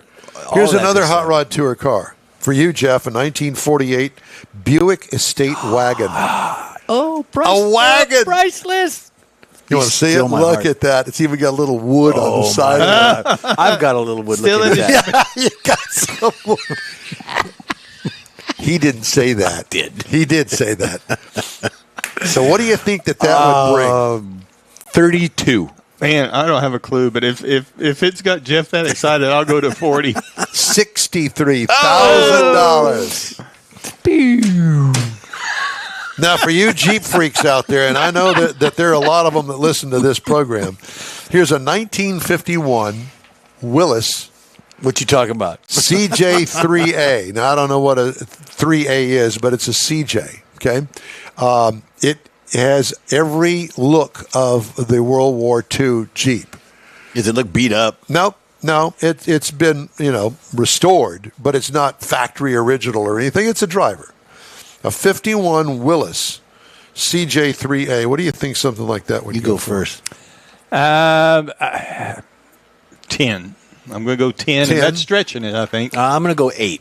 13,650. It's a little pricey. Yeah, that's a little pricey. But that's Must be something to that particular model because Probably runs good, all original. And our last one is going to be the 1941 Lincoln Zephyr. Now, I'm going to show you this. And it only shows the front end, but it's pretty cool. It's like a gold or beige. Yeah, it's a gold. It's looks like a two-tone gold. Lincoln Zephyr. Lincoln Zephyr, 1941. 32. 32? Now remember, the other one was. Hold on a second. The Jeff's taking notes. yeah, the 48 was 63. That was a Cadillac. Yeah, no. Well, okay. I'm gonna stick with 32. Are you? The price I'll have that to go this went 25. for the 41 Lincoln Zephyr was $15,750. Yeah, you got it. You I- fooled me. I don't know. I don't think that's a very popular car. No. Well, I don't know. I don't know. All I can probably tell not. you is that cars are out there. They're available. Not that year. If you 41. got $20,000 burning a hole in your pocket to get on the hot rod tour of Texas, they're available. Go for it. 20,000, you can buy lots of stuff. Yeah. And those boys are posting a lot of stuff. They do stuff every weekend. They go on All cruises. the time. Short little journeys and things. Yeah, Very I'm cool. excited to talk to them again. I got something from them the other day. They said they're still trying to finalize this year's tour, but they're coming our direction. I That's like good. that. That's Yeah. all he said. Is he's coming this direction? So we won't have to go down there. We just wait for them to come here. Well, it depends on what they're doing. That was a really neat start That they was. had down there in Victoria. I would. Well, they'll probably start in Victoria. Well, That's where they're but- from. But the on the square down there Yeah. in downtown Victoria, that was new and it was awesome. And they had the symphony. I didn't even know they have a symphony playing there. It was really cool. It's some dancer. They had some sort of like a city anniversary celebration going on. They combined it all I together. think that they need to do that in conjunction with the Hot Rod Tour of Texas every year. They Yeah. rebuilt the gazebo or the town square area. Yeah. They rebuilt all that. So that was Well, kind and of it was ribbon nice. cutting and all that. Yeah. But if you go down there without the tour, there's a lot of one-way streets. If you go down to Victoria, there's a lot of downtown. It's not where with your hot rod tour you could go everywhere. That's kind of directed. So Hey, the In Wheel Time Car Talk Show is available 24/7 through the In Wheel Time app on your phone. Just look for In Wheel Time Car Talk, and new daily podcasts available from your favorite podcast provider. We also video stream our weekly show on Facebook, YouTube, and InWheelTime.com. In Wheel Time Car Talk Show continues right after this break. Free tacos again at the Tailpipes and Tacos pre-holiday cruise-in. It's been a while, but the popular Tailpipes and Tacos cruise-in returns to the Lupi Tortilla Tex-Mex in Katy, Saturday, November 16th. Bring a new unwrapped toy and get a free breakfast taco. Toys will be donated to Toys for Tots and Houston Children's Charity. Get to the best and one of the last cruise-ins of the year. Tailpipes and Tacos, Saturday, November 16th, 8 to 11 a.m. Cruise in, donate a new unwrapped toy, and grab a free Lupi Tortilla breakfast taco. Tailpipes and Tacos only happens at the Lupi Tortilla Tex-Mex in Katy, 703 West Grand Parkway at Kingsland Boulevard, just south of the Katy Freeway. It's the end of the year car show season, and what better way to celebrate than with a free taco and camaraderie at Tailpipes and Tacos, Saturday, November 16th, 8 to 11 a.m. The In Wheel Time Car Talk Show will be there too. Bring a toy, get a free Lupi taco, and feel good about heading into the holiday season at the Lupi Tortilla Tex-Mex in Katy. Is your car ready for that all-important holiday road trip? Gulf Coast Auto Shield is having another car social Saturday, December 7th, and you're invited. Bring your car, truck, or SUV and find out what it'll take to get that thing looking new again. Gulf Coast Auto Shield is your one-stop shop for paint detailing, coatings, window tint, clear bras, camera installs, and wheel repair. The Car Social is your opportunity to get a tour of this state-of-the-art facility located at 11275 South Sam Houston Parkway, just south of the Southwest Freeway. Join the Car Social Saturday, December 7th, 9 to noon. Talk to other owners and see how good your car can look on the road trip to Aunt Mary's. She'll want that good-looking ride in her driveway, I promise. Put it on your calendar. The Gulf Coast Auto Shield Holiday Car Social and Road Trip Get Ready. Saturday, December 7th, 9 to noon at 11275 South Sam Houston Parkway, just south of the Southwest Freeway. The In Wheel Time Car Talk Show will be there too. We'll see you then. If you'd like to get in touch with us, shoot us an email. info@InWheelTime is the address. Time now to open up your coin purse. The top 10 states where the highest gasoline taxes reside. You betcha. So the top 10 in this country, number 10 is Oregon. Tax rate in Oregon is 40 cents per gallon. Holy cow. Yep, Oregon is one of the most expensive states when it comes to the cost of gas due to its high gas tax. But you may want to review your tax bill if you live in the state, because a gallon of gas is taxed, but Oregon is only one of 5 states that does not have a sales tax, so that's part of it as well. So you could help save yourself some money. Number 9 in this outfit is North Carolina, which is 40.65 cents per gallon. If you want to fill up before you go to North Carolina to save yourself some money, that's a good idea. States like Tennessee and South Carolina have lower taxes than North Carolina, while Virginia is at 39.1 cents per gallon, which makes it just barely out of the top 10. So number 8 is New Jersey, 42.35 cents per gallon. New Jersey is a unique law with making a gallon of gas more expensive than other states, and here's why. In addition to the high tax rate, the Garden State is also the only state in the U.S. where you can't pump your own gas. They're all complete full-service stations, so you just can't whip up in there, throw $5 in, and leave. You got to wait in line and get everybody to, come on out and do all that. Number 7 is Maryland. 47.19 cents per gallon. Maryland's gas tax fluctuates based on the inflation rate due to the laws passed by the state legislature. Go figure. So while the current tax rate may be high, it actually went down slightly in July compared to the sales tax rate of the previous year. Number 6, Michigan, homegrown state, 48 cents per gallon. Despite Michigan's gas tax rate, the state's cost for a gallon of gas is actually close to being in line with the national average. The national average for a gallon of gas is around $3.20, while a gallon of gas in Michigan is around $3.25. That's according to AAA. Now, a lot of these things, this story actually comes to us from Jenny Cohen, part of that organization. Jenny. Indiana is number 5. Tax rate there is 51.7 cents per gallon. Indiana may be known for the Indianapolis Motor Speedway, where cars drive fast, but you might be slowing down when you factor in the taxes on a gallon of gas in that state. But the good news is the cost of gas in Indiana is less than the national average, with drivers paying around $3 per gallon in the Hoosier State. Washington is number 4 on this list, and it's 52.82 cents per gallon. Washington's tax rate is one of the reasons why it's so expensive to fill up your tank if you live in the Pacific Northwest. So you got Oregon number 10, Washington's 4.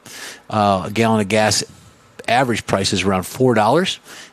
It makes only one of 2 states above it when an average gallon of gas is that high. This makes Washington the second most expensive state for a gallon of gas, according, again, to AAA. Number 3 is Pennsylvania. I heard a lot about Pennsylvania the past few weeks. 58.7 cents per gallon. Pennsylvania is a big state, so it could be difficult to fill up your tank before crossing over almost, 60 cents in gases or taxes for the gas. So it's going to be a long drive accordingly. You may also have to pay additional money in the state's Pennsylvania Turnpike, which also includes parts of several major interstate roads. So you're getting double whack there. Illinois is number 2, 66.5 cents per gallon. Stock up your wallet with a lot of money because Illinois can be expensive when the state taxes on your gas. It also goes to the road taxes as well. The state has the second highest tax for gas in the country, and you may want to be cautious if you take a road trip that goes through Illinois. It also has one of the highest state sales tax of the country, so you're getting double whammy there. Number 1, drum roll, Don, is California. 68.1 cents per gallon in tax. California's tax rate contributes to the highest gas cost in the state, making it the most expensive state to a gallon of gas. The average price for a gallon of gas in California is $4.60, which is one of 2 states in the U.S. Washington is the other one which have the highest. And this is all according to the AAA folks. Gee whiz. Okay. Thank you, Michael. All right, time now for this hour's car review. Mr. Mars, 2525. No. What? 20 in the year 2525. That's what I was thinking. I got you. Yeah. He's Buick Encore. Oh, man. another All right. place and another time. I need everybody to go grab some refreshments because this is going to be good. It's going to be good. Yes, is the gonna be 2025 Buick. You got 2 minutes Encore to do it. GX Oh, boy. Sport Touring all-wheel drive. Comes in 3 packages. You can get the Preferred, the Sport Touring, or the Avenir, which we had the Sport Touring. Now, this is a subcompact SUV. Buick calls it a small. First introduced in 2020, had a big update in 2024. So here we are trimming, tweaking things a little bit. Has 5 passengers. Outside, we got some nice black trim pieces and LED external lighting, which is the headlights, taillights, the intelligent high beam headlights, daytime running lights, roof racks with side rails, the adjustable height lift gate, and panoramic moonroof. Have you noticed that you get a panoramic moonroof, but the smaller the car is, the less size you get? So we also had the optional black 19-inch aluminum wheels. Now, one thing I wanted to note on this thing is it's pointed out on the Monroney that for the tire pressure system, there's no tire monitoring on the spare tire. The other Buick I have doesn't point that out. For some reason, that's what different. you got a tar gauge for, RBS. So with them small cars. Inside, we had the synthetic leather seating, 60/40 fold flat rear seat. Not a third row, thank goodness. Diagonal 11-inch touchscreen, which worked really good. You're going to find all your convenience controls there. Apple, Android. Does not have the heated and ventilated front seats on it. And you're going to find out here in a little bit how that helps out. 8-inch driver screen where you're going to find all your driver information that you're going to need, USB outlets front and rear. And it had the Buick quiet tuning with active noise cancellation, and that really works, I'm going to tell you. Because the one I'm driving now is a lot noisier. Now, this had the 1.3 turbo 3-cylinder engine in it. It comes standard with a 1.2, but this had the 1.3. 155 horsepower, 174 pound-feet of torque, 9-speed automatic. This thing will tow 1,000 pounds. Not a whole lot, but that's enough to get your jet ski, maybe a little small camper, a little trailer to go to Lowe's or Home Depot. EPA says you should look for 26 in the city. Highway should be 28 and combined 27 miles to the gallon. Now, I drove 233 miles, and I got 24.8 across that time. I was well pleased with what I got out of that, with the way I was driving it. Ride and handling. Because he had it nailed the entire time. It's a Buick. Yes. It's got some easy steering. I mean, all this stuff has gone to electronic, and I understand that, but it's easy the way they've got it set up. So city driving was really easy. You could kind of whip it around a little bit. What did Becky think?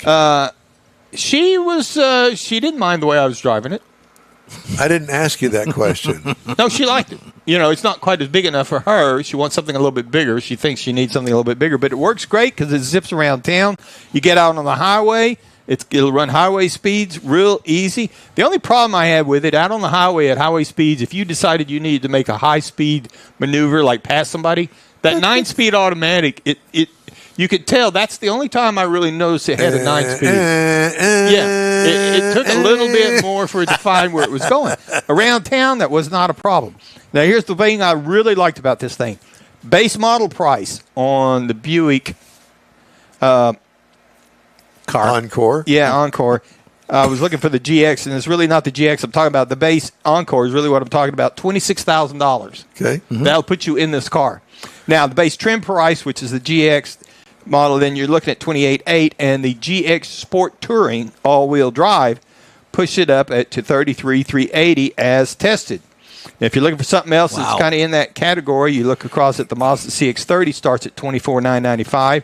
The Trailblazer at $23,000, and the Crosstrek from Subaru at $27,000. So it's something you definitely need to look at if you're looking at that small SUV CUV package. I want to tell everybody that today's In Wheel Time Car Show is sponsored by the group of original Lupi Tortilla restaurants in Houston, Beaumont, and College Station, Gulf Coast Auto Shield, and Pro-Am Auto Accessories. We continue after this break.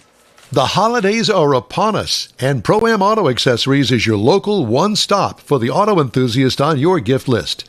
Pro-Am Auto has been serving Houston since 1984, providing world-class products for sports cars, European sedans, and American muscle. Pro-Am was one of the very first distributors in the U.S. for brands such as Recaro, Redline, Momo, Corbeau, and Simpson. Located in the heart of Houston's premier shopping corridor, the Galleria area, Pro-Am's walk-in storefront includes an 8,000-square-foot warehouse and showroom with installation and service bays. Pro-Am reaches a worldwide audience through ProAmAuto.com, taking its local reputation to the rest of the world. Holiday gift giving is alive and well at Pro-Am Auto. If you don't see what you're looking for on the website, call and Pro-Am will lend you a hand.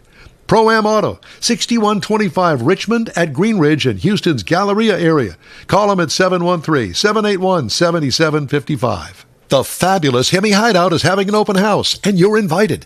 Mark your calendar for Saturday, November 9th, 10:30 to 12:30, and make a reservation today for a 2-hour opportunity to see an eye-popping tribute to American muscle cars, a collection of neon signs that'll dazzle, all in a venue like no other in the country. Entry to this rare Hemi Hideout open house is by reservation only, 713-825-2555. The $10 cash donation per person is matched and given to Brookshire Charities. See you November 9th at the Hemi Hideout, and Will Time will be there too. Hey, Houston, it's back! America's greatest hot rod tradition is Thanksgiving weekend. The O'Reilly Auto Parts Autorama at the George R. Brown Convention Center. 4 days of hot rods, customs, trucks, and muscle cars. Don't miss the Evel Knievel tribute. The Megamorph. Transforming robot car. Lowrider Showcase. Meet Catherine Bach from Dukes of Hazzard. Hip-hop legend Flava Flav. Farm Truck and Asian from Street Outlaws. Autorama. Thanksgiving weekend. Discount tickets at O'Reilly Auto Parts. Part of the Summer Racing Equipment Show Car Series. See Autorama.com for more info. From the Sugar Shack Studios in Houston, Texas, USA, it's the In Wheel Time Car Talk Show. Just ahead, Ford Mustang. No, it's wrong. What? We did that last week. Yeah. I obviously had some sort of brain hemorrhage at the moment that I was going to write that. Alex Quanten, U.S. News and World Report, top trends shaping the automotive industry this year. Cool. I forgot to hit the save button. That's what it was. Right. So we're going to talk to him. And also, we're going to have the cruise-in and events calendars and some of the stories making automotive news headlines this week. I hope I get this right. Welcome to the In Wheel Time Show, everybody. There's Mike Mars down there at the end. We always need more Jeff Seekin. I'm Don Armstrong, your mess-up man of the morning. Thank you so much for joining us. Designated. And let's get right on. Let's get right to it, shall we? It is Alex Quanten. Good morning to you. Thank you very much for joining us. Hey, good morning. Thanks for having me, guys. Well, it's nice to see your studio. I love your 1970 Coronet on the wall. Thank you. I'm glad that you noticed that. You know, that's a very unique car, and people don't really 1 year only. Yeah. And so, the front end of that is so unique. I had to get that. Well, at any rate, so Let's talk about what's going on with U.S. News and U.S. News and World Report and the Autos Insight, January to June 2024. And you see consumers prioritized value-oriented vehicle brands amidst the slowly stabilizing inflation. So let's talk about that. I keep seeing car prices continue to climb rapidly, but people can't afford the prices. $40,000 average price of a car these days, you got to be kidding me. And trying to find a $20,000 car is almost impossible.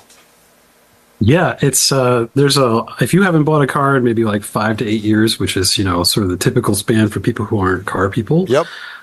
You're going to come back and see that these MSRPs are way more than you thought they would be, and the price of sort of safety features and technology features means that increased MSRPs. But it's sort of a knock-on effect from the pandemic when, if you can only build so many cars, you're going to focus on the high level trims, and that's going to drive up MSRPs and certainly going to drive up transaction prices. And the prices have just never come down, at least not for new cars. The used cars have come down a little bit. But even there, because of the pandemic, there's this sort of still lingering supply issue, which means like people are really focused on value. Now, this report that we did, the U.S. News Insights report, basically it's a snapshot of what's been going on our site. Now, we offer advice to consumers on what car to buy and what we think we try to arm them with the best information we can give them for the purchase, but they're also able to shop for cars on our site. And periodically, we want to take a look at what they're doing, and that's what we did with this report.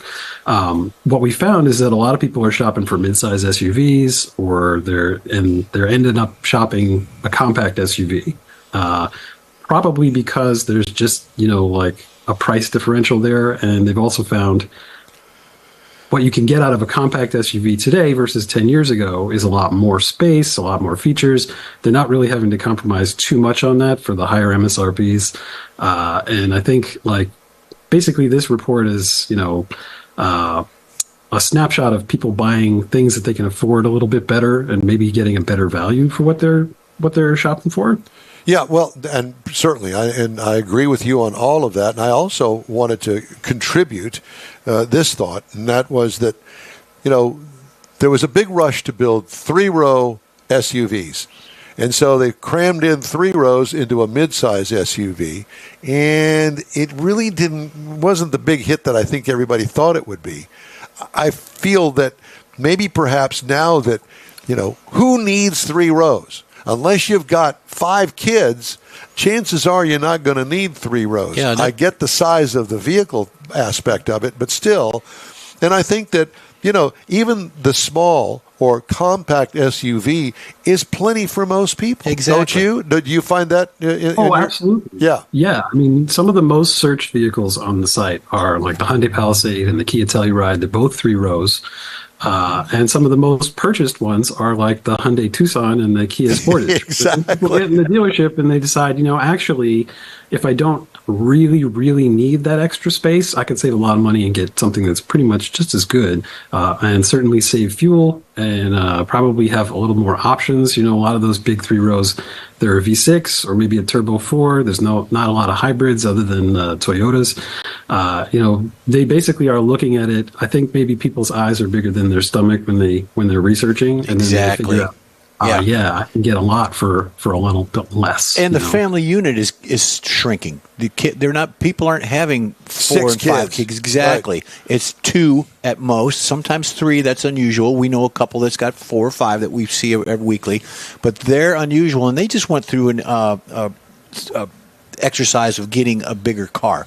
The folks that we see at the restaurant. So that's a rarity. But the 3-row, I think, to your point and to Don's, is that we're not seeing them anymore because they're not filling them up. There's a reason for it. I think that they're sitting on the lots. So what in your estimation, that, and I know that's not really scientific per se, but your readers contribute to this. What is it that they are buying? Are they buying the compact SUVs, even though they may search the big three rows, we all look at the Buick Electra 225, and then we wind up with the Skylark. We got that scenario. But so what is it that they're buying? I mean, is it the compacts? Is that where everybody's going to? Because I see a lot of them on the streets here in Houston. Yes, absolutely. That is where people are going. And it's funny, not only compact SUVs, but also compact cars. As, manufacturers have beefed up crash structures, they've sort of enlarged models over time. Like what you get out of a compact SUV now, or even a compact car, is almost what you got out of like a midsize SUV in like the late 2000s, mid 2000s. Like when you step into a Hyundai Tucson, it has like 40 plus inches of rear seat legroom. I mean, it's a huge back seat. Relative to something like, let's say, like a Toyota Highlander from maybe 2008, you would find less room in that, and there's even a third row jammed into that, like much smaller Highlander. It's funny, though, there are people who really do need that third row space, and we are seeing some interest from them, and they're trying to find the best value any way they can.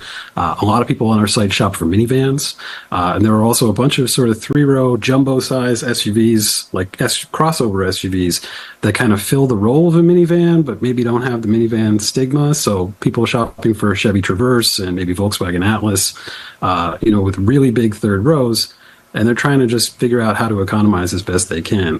One thing that we have seen, particularly with regard to the minivans, is they're interested in hybrids. You guys were just talking about gas prices.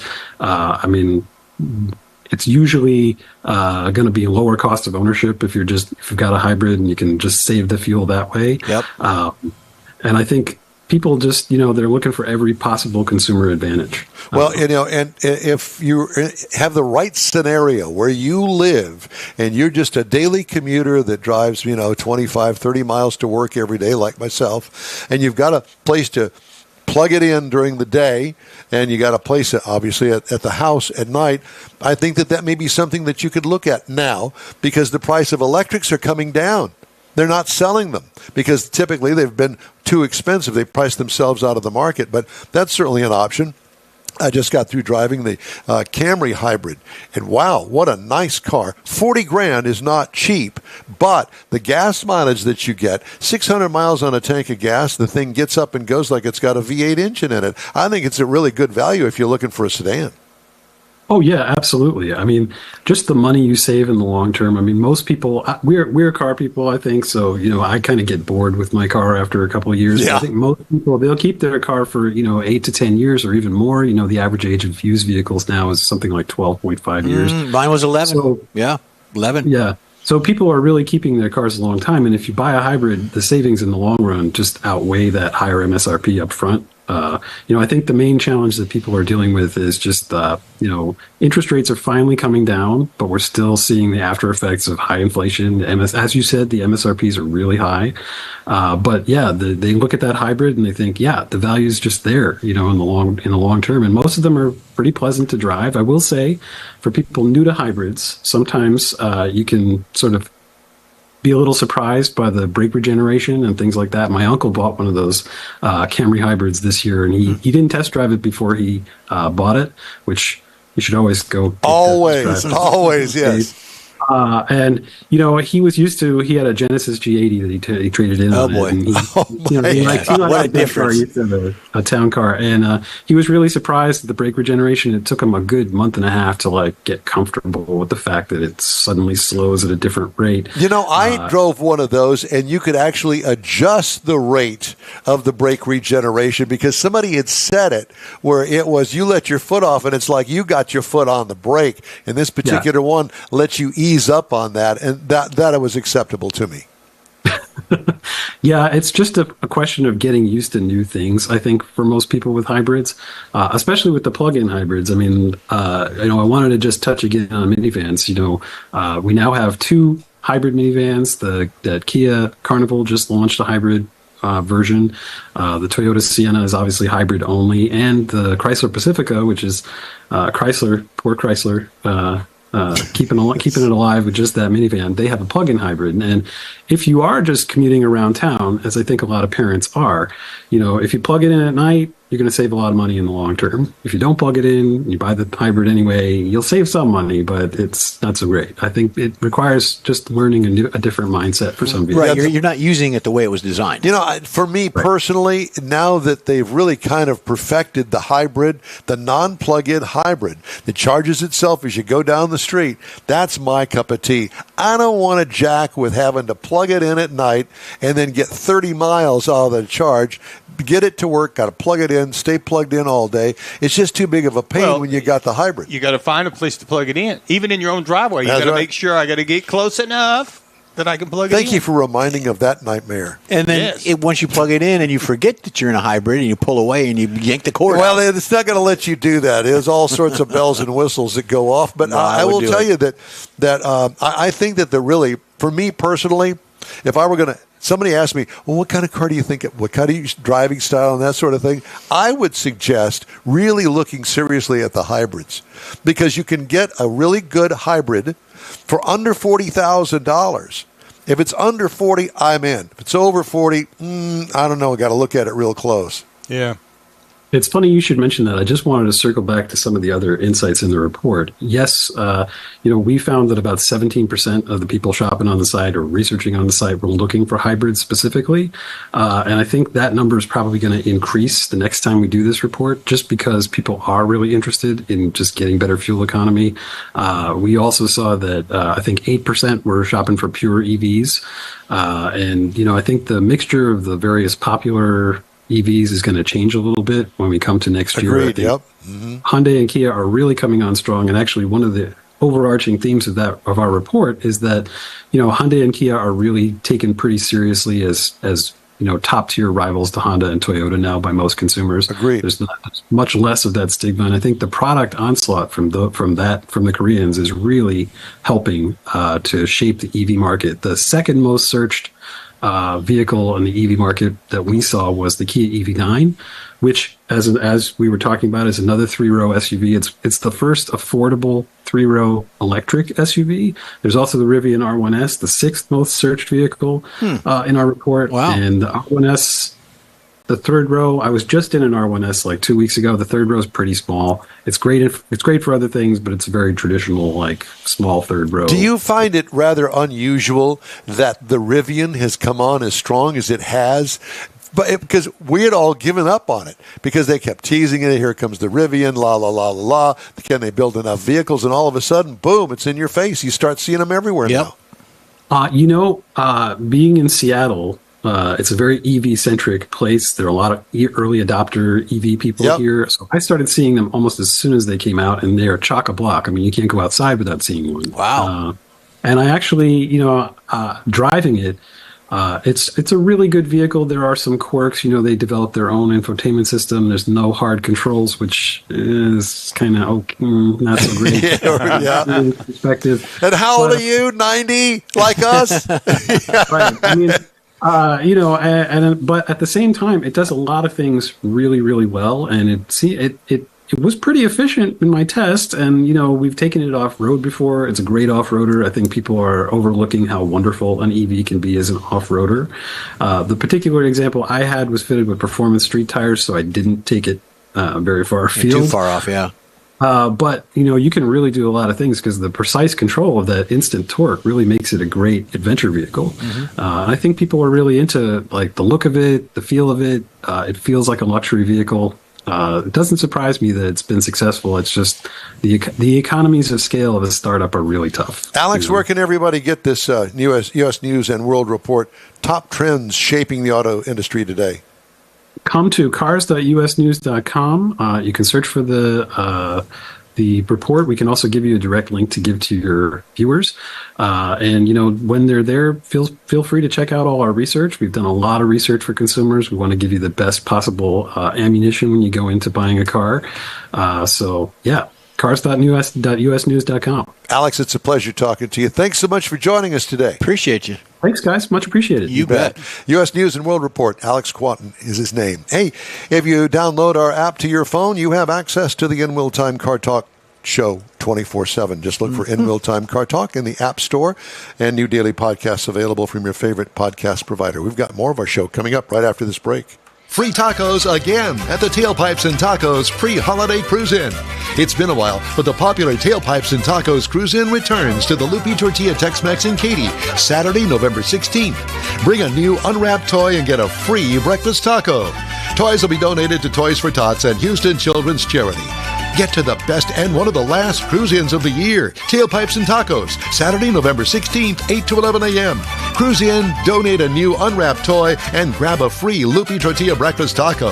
Tailpipes and Tacos only happens at the Lupi Tortilla Tex-Mex in Katy, 703 West Grand Parkway at Kingsland Boulevard, just south of the Katy Freeway. It's the end of the year car show season, and what better way to celebrate than with a free taco and camaraderie at Tailpipes and Tacos, Saturday, November 16th, 8 to 11 a.m. The In Wheel Time Car Talk Show will be there too. Bring a toy, get a free Lupi taco, and feel good about heading into the holiday season at the Lupi Tortilla Tex-Mex in Katy. Is your car ready for that all-important holiday road trip? Gulf Coast Auto Shield is having another car social Saturday, December 7th, and you're invited. Bring your car, truck, or SUV and find out what it'll take to get that thing looking new again. Gulf Coast Auto Shield is your one-stop shop for paint detailing, coatings, window tint, clear bras, camera installs, and wheel repair. The Car Social is your opportunity to get a tour of this state-of-the-art facility located at 11275 South Sam Houston Parkway, just south of the Southwest Freeway. Join the Car Social Saturday, December 7th, 9 to noon. Talk to other owners and see how good your car can look on the road trip to Aunt Mary's. She'll want that good-looking ride in her driveway, I promise. Put it on your calendar. The Gulf Coast Auto Shield Holiday Car Social and Road Trip Get Ready. Saturday, December 7th, 9 to noon at 11275 South Sam Houston Parkway, just south of the Southwest Freeway. The In Wheel Time Car Talk Show will be there too. We'll see you then. We continue the In Wheel Time Fall Tour starting next week, and we'll be at the fabulous Hemi Hideout in Brookshire. That's followed by Tailpipes and Tacos at the Lupi Tortilla in Katy, and we'll visit Gulf Coast Auto Shield on December 7th. Be sure and stop by and say hello when you're there. All right, time now for the cruise-in and events calendars, Jeffrey. You betcha. We're going out to next Saturday and Sunday and all that good stuff. You've got November 10th, the second annual Veterans Car Show that's going on out there. It's the second annual Veterans Card, like I said. I lost my place. November 10th in Fulshear, Texas. How about that? The family-friendly event welcomes car enthusiasts to enjoy a display of great cars, delicious food. Participants can park and show off their vehicles without any fees. There's no entries or anything. But they're going to be giving away trophies for Best Show, People's Choice Awards, and things of that nature. They got food trucks and music and all that stuff. That's at 6520 Brookshire Fulshear Road in Fulshear, Texas, November 10th from 2 to 5 p.m.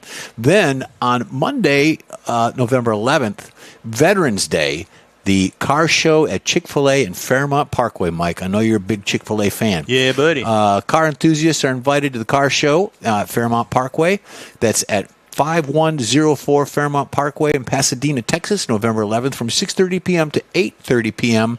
You've got a lot of stuff going on there, 8-count meal sandwiches and things of that nature. A panel of judges will select a winner. You can get more information at the CFA Pasadena Car Shows and Cows event registration. You got to register to Cars and Cows? Cars and Cows, that's what they said. So go out there, check it out. It's for Veterans Day. Got to remember, it's Pasadena. Yep. Veterans Day, we love our veterans. Also, the Hemi Hideout, which Don's been talking about. We got commercials, Tailpipes and Tacos, and I challenge everybody at Tailpipes and Tacos. You bring in a toy and you get a taco. Unwrapped. Bring 10 toys and get 10 tacos. What's wrong with that? They're going to make them for you. If it's you're going to hungry. be great. If you're hungry, you can give them to us. We'll eat them. And then, of course, the Gulf Coast Auto Shield Social coming up as well. One thing I would like to mention, if I could steal a moment. Mm-hmm. You just did. Go If ahead. you have not voted, everybody needs to go vote. Even if you're voting for the wrong person, everybody needs to go vote. Not everybody can vote in the world, and we can, and you need to take advantage of that privilege. You betcha. And if you've already voted, take someone that hasn't. That's right. Or vote again. If you're in Chicago. Or, yeah, could be. Cadillac. If you're dead. Cadillac will give its Lyric midsize electric crossover a performance boost next year. General Motors luxury brand said October 29th that the Lyric will get a high-performance variant under the V-Series sub-brand, arriving in early 2025 as a 26 model. Cadillac did not provide details about the Lyric's V, but said in an email that it's a stunning technical achievement. Boy. I'm tearing up. The Lyriq will be the first Cadillac electric vehicle to receive a V-Series option. V-Series first debuted on the racetrack in March 04 and entered production in the CTS-V sedan livery. It also has been offered on the gasoline-powered CT4 and CT5 sedans, including Blackwing variants, and the Escalade full-size SUV. In August, Cadillac revealed the Opulent Velocity concept. Did you see that? No, I haven't. Opulent Velocity concept at the Monterey Car Week in California. It was designed to envision how an EV could encapsulate the high performance, technology, and luxury of the V-Series line.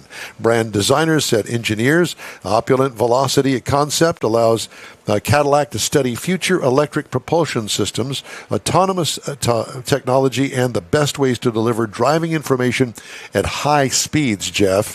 Cadillac did not confirm whether any elements of the Opulent Velocity concept will appear in the production version of the Lyriq V, adding that more information will come early next year.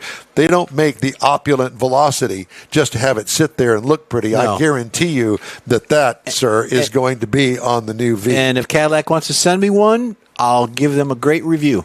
Just send it. Whether it's good or not. I know, just send it.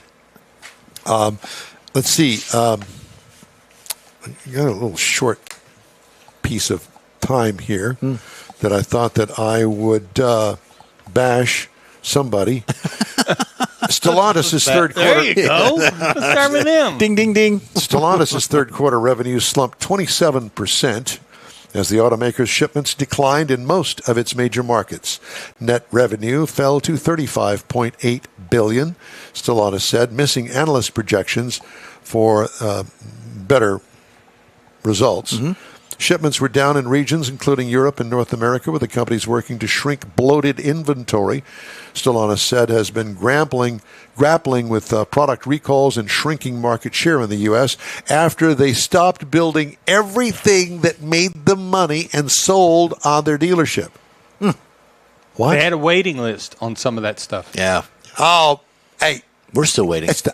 No, don't build that anymore. Yeah. Well, we what do only- all these people giving us money think they're doing? Yeah. Earlier this month, Dang it. the owner of the Jeep and Fiat brands reported declining third-quarter vehicle shipments led by a 36% drop in key North American markets. Stellantis said it reduced its U.S. dealer inventories by more than 80,000 units in the 4 months through October. I'm sure that makes every dealer really, really happy. I will say, I got to see the new Challenger at the Texas State Fair that they Yeah, beautiful car. yeah. Till you open the hood. There's no Hellcat. If they had a Hellcat in that car, they have a recording for the audio for the exhaust that you can hear. Put a Hellcat in it, it'll sell like hotcakes. It's a beautiful car. It really is. Was Kimberly hiding? No, she was there. She was there. I know, but was she hiding? No. Is it Kimberly Schultz? Yeah, Kimberly Schultz. Yeah, she was out there in the middle of it. There was we love Kimberly, but boy, I'd hate to be the PR person now with them. All right. Time now for a quick break. We'd love to hear from you. Shoot us an email. The address, info@inwheeltime.com. Back in a minute. The holidays are upon us, and Pro-Am Auto Accessories is your local one-stop for the auto enthusiast on your gift list. Pro-Am Auto has been serving Houston since 1984, providing world-class products for sports cars, European sedans, and American muscle. Pro-Am was one of the very first distributors in the U.S. for brands such as Recaro, Redline, Momo, Corbeau, and Simpson. Located in the heart of Houston's premier shopping corridor, the Galleria area, Pro-Am's walk-in storefront includes an 8,000-square-foot warehouse and showroom with installation and service bays. Pro-Am reaches a worldwide audience through ProAmAuto.com, taking its local reputation to the rest of the world. Holiday gift giving is alive and well at Pro-Am Auto. If you don't see what you're looking for on the website, call and Pro-Am will lend you a hand. Pro-Am Auto, 6125 Richmond at Greenridge in Houston's Galleria area. Call them at 713-781-7755. The fabulous Hemi Hideout is having an open house, and you're invited. Mark your calendar for Saturday, November 9th, 10:30 to 12:30, and make a reservation today for a 2-hour opportunity to see an eye-popping tribute to American muscle cars, a collection of neon signs that'll dazzle, all in a venue like no other in the country. Entry to this rare Hemi Hideout open house is by reservation only, 713-825-2555. The $10 cash donation per person is matched and given to Brookshire Charities. See you November 9th at the Hemi Hideout, and Will Time will be there too. Hey, Houston, it's back! America's greatest hot rod tradition is Thanksgiving weekend. The O'Reilly Auto Parts Autorama at the George R. Brown Convention Center. 4 days of hot rods, customs, trucks, and muscle cars. Don't miss the Evel Knievel tribute. The Mega World Transforming Robot Car. Lowrider Showcase. Meet Catherine Bach from Dukes of Hazzard. Hip-hop legend Flava Flav. Farm Truck and Asian from Street Outlaws. Autorama. Thanksgiving weekend. Discount tickets at O'Reilly Auto Parts. Part of the Summer Racing Equipment Show Car Series. See Autorama.com for more info. Well, that's all for this week's In Wheel Time Car Talk Show. Be sure and check out our website, inwheeltime.com. Jot us a note next time you're online. Our address is info@inwheeltime.com. Yippers. We like car pics. Send us some of your car with a description and any info you want to include, and we'll feature it on a future show. When you're looking for award-winning car talk, you can find the In Wheel Time Car Talk Show 24/7 on the iHeart. Saying that, I'm sorry. On the In Wheel Time app. Load it down today. If you haven't already, grab a podcast anytime from your favorite podcast provider. Look for us on Facebook, YouTube, and InWheelTime.com. The In Wheel Time video technical director is We Need More Jeff Zekin. Yes. For booking agents, video editor, and people finder, Mike Out of This World Mars, and chief engineer David Ainsley, I'm Don Armstrong. We hope you'll join us next week when we'll be at the fabulous Hemi Hideout in Brookshire, Texas. Our live broadcast runs from 10 to 1 Central Time on all of our In Wheel Time Car Talk outlets. Be safe out there. Please get out and vote on Tuesday. Take a neighbor or a friend along with you. Have yourself a great week. We'll see you next week.